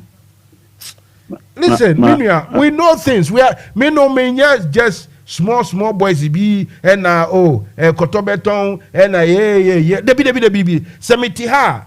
Look, if I want it to be conversational and we talk, we just talk. But when I know the facts, I know the inside. Hey, I'm an engineering student. So when it comes to logic, set things, and logic, you can't know. Randy Abe can't know. China, you read the Bible. It's all about efficiency. Obio called the best school, no. You ubeka economy pe, not the Bible abeto ho. Ubeka economy pe no be go to Jesus ni Moses ni Isaac. No. So what? Madam, I tell the truth. What is that? What is Richie Sunak? The ben what is Richie Sunak? Reciting a Hare Krishna esikasemo. Da ben. Na. Yeah, but you know he's a Christian. As someone make can say, "Obetiena supobo oh, enkie nyina ke ye betwa yie." Me say, even in the MPP, I'm not talking about this yo. Even in the MPP, there are better people to manage our economy. So stop it. These guys, they are deliberately to make themselves happy to benefit from. Can you answer me why? For a person's independence, we have to go to IMF for the past 18 years, 18 times. Oh, we want to start. The first time we want to start the whole thing again. Yeah, we want to start the whole conversation. The conversation that started 3 hours ago. Me started. Listen, I have written about it. A country after independence, Osajifo set the template. That is industrialization, proper industrialization to produce. He made a mistake of writing that book, Africa Must Unite. And Crawford said, hey, we're saying if you. So with that, we destroyed our own future. So I understand that Osajifu he wasn't interested in the IMF. And people say, Osajifu came and he messed up the economy. Which economy were they, comparing Osajifu's time to? The British colonialists. Satamuna onkrofo kofa ni omo bo bia ntumi ntano omo ko strike sese ni omo na enu sa no na omo dey compare Nkrumah there, or they were comparing Nkrumahs to other African states. They destroyed the man to destroy Ghana, and so that's why we are every year going there. We shouldn't, but the only way we can stop it is say senior leaders are on him sa brofone the omo instruments no omo gadgets ba say ye be too oil. Minimum, we say, see, I nearly 50-50. I won't find instruments in go. This is the hard bargain we should have leaders to do. But then I'm saying leaders in Obia Pese, Obe only in a building, New York, and now London, ni Paris, or Yari, Obe two Korea, and now some mentality in Intino, they be a brofono, Mumefa, the biggest, part in Mumefanko, and Crawford, your Jimmy. Yen Jimmy Zao, Yen Jimmy Zao. Asante, look, I like your persistence, but irrespective of baby, I will support you. I don't like your UP side. It's true, I don't like it. But even within that, you have better people to manage this economy. I know we don't like it. Even though no, but I'm telling you the truth, sir. You have better people than Ken Oforiatta. Too cynical. The guy is been what they catch him pass and he found what he said. And he found even dictatorship. What he said. The dictator no the cousin bank na onoko bobosia na he is also benefiting. Mazam, drop this segment. Drop this. If you drop it, who say because listen. Let me say this. AGC shares. We sold AGC 1995. I was in Ghana. I paid 100 cedis. I bought 5 shares. AGC. Kwame Pepa was the finance minister at that time because we told Ghana in this country, they have 2 AGC shares. For a long whole group of companies, Ghana government turned shares more. Maybe 12 shares in the bid. At that time, Oforiatta's data bank was a brokerage. Hang on a second. It was a brokerage company. Hang on a second for me, Charlie. Go ahead. Oh, I didn't know Obika Mekezi be failing English. And hey Baba, maybe you made a mistake. I I didn't did any mistake. I was fell English. No, you made a mistake. I didn't did. So Charlie, I didn't knew that you were the one on the other phone. Sorry about it. Which now switch what have you got to say, Charlie? Oh, sorry. Well, no man, actually, no man, because it was the stereo number, your name doesn't appear. And it's your number, no, it looks like someone who has called already. Anyway, let me give you some small time also, Kebi. Yeah, go ahead. Yeah, Charlie, go ahead. We can hear you loud and clear. Go ahead, please.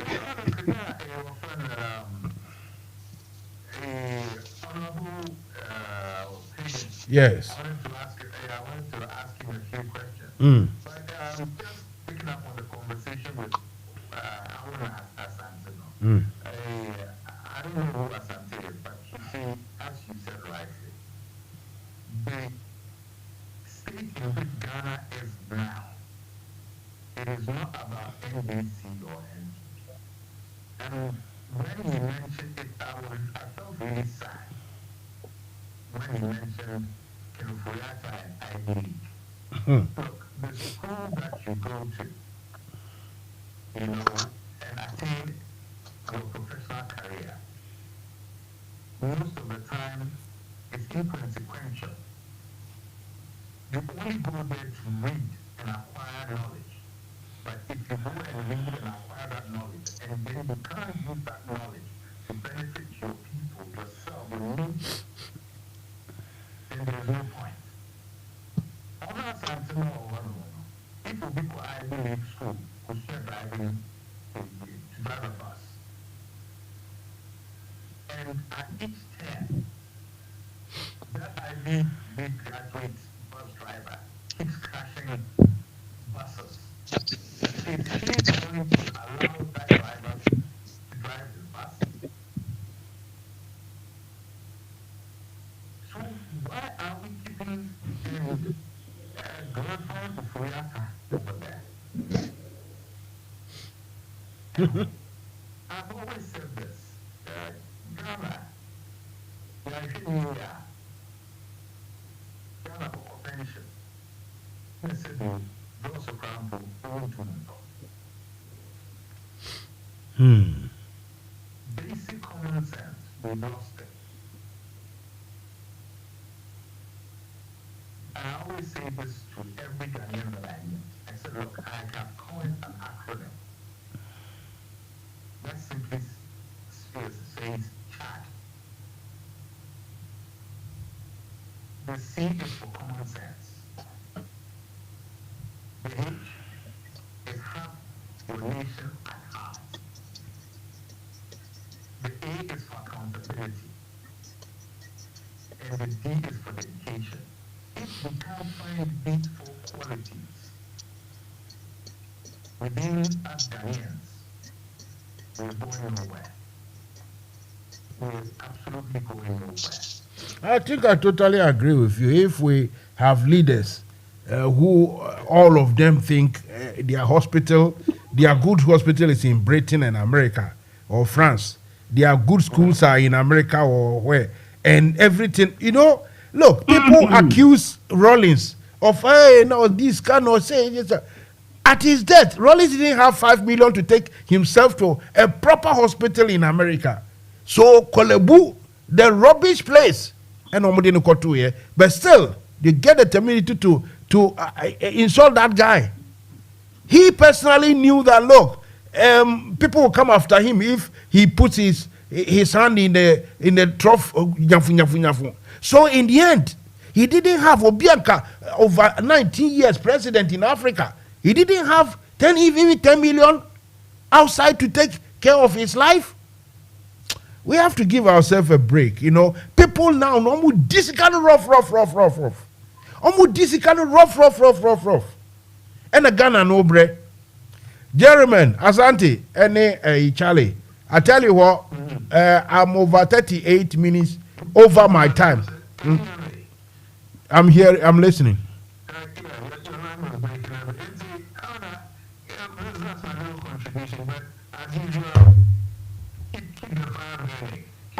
After the fire there, obe Benny Huja. Asante ubeba ma ochina ye ni nkobo.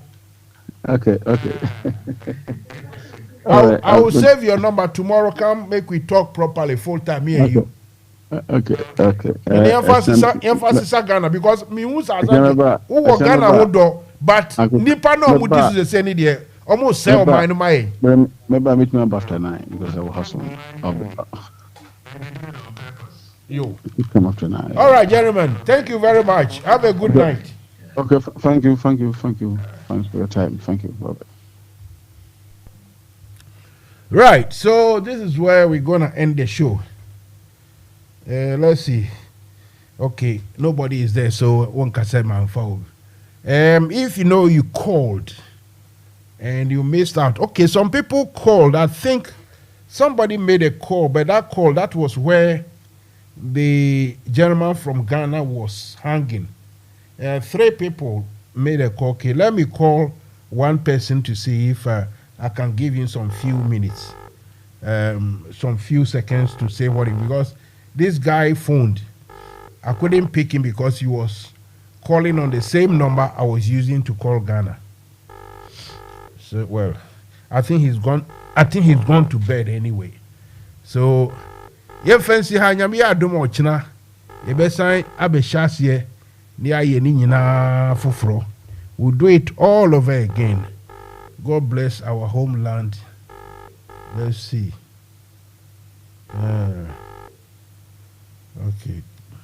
All right. Let me see. Okay. Let me take this. Let me take this last call. Atu kwame na pokuase. Emuda ho.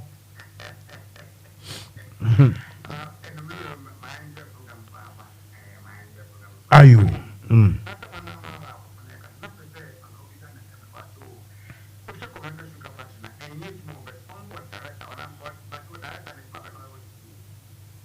I see.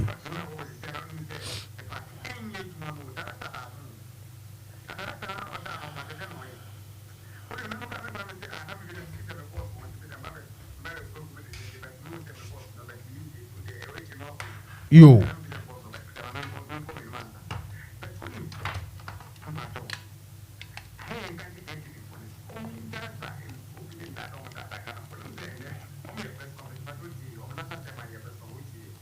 Debi o when you say minya clip no.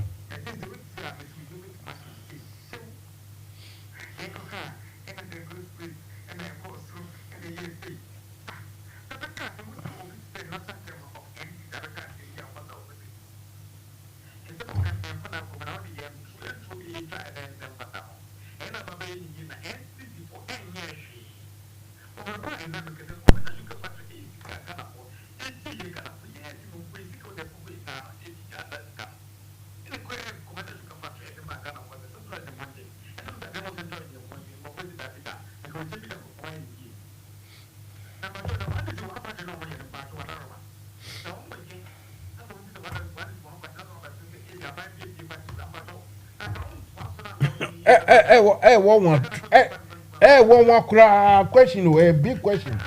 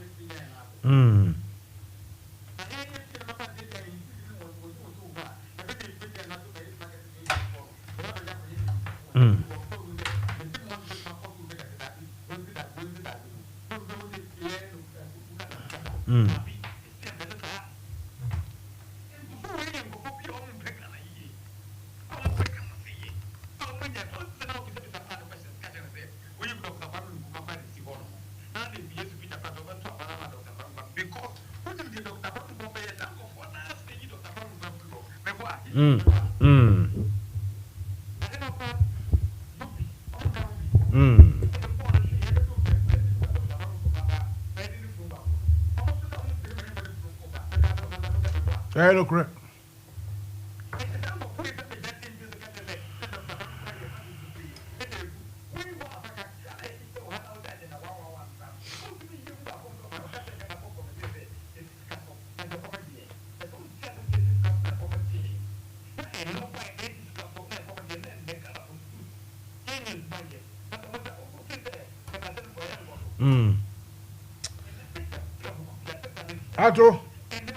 Ato, ochina sumu wa ha.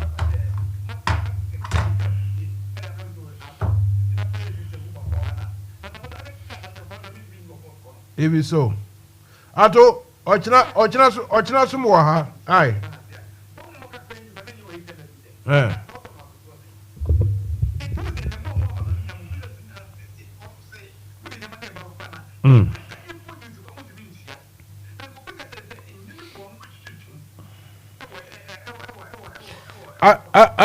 Ato, yeah, I mean, oh, Minister, what he tea.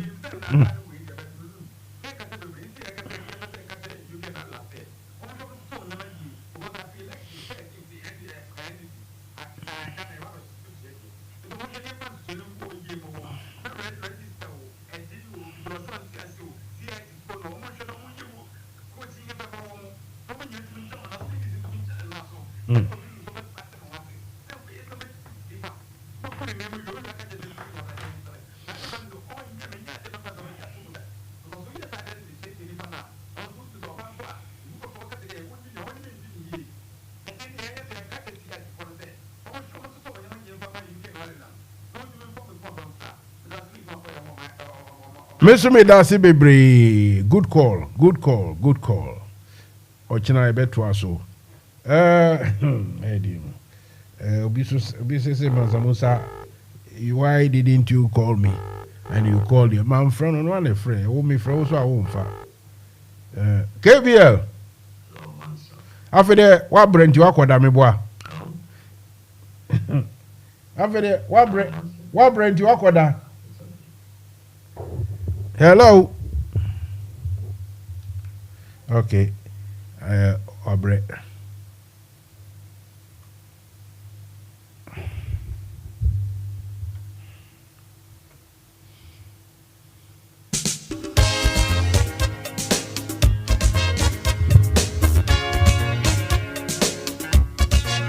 Right, so this is where we bring the curtains down. Thank you all very much. Those of you who were able to penetrate, come in to ask some few questions. I always appreciate your input. It's all about making Ghana better. What we have is Omonyon and Chaye. Have a good night. We can see cheers. Bye bye.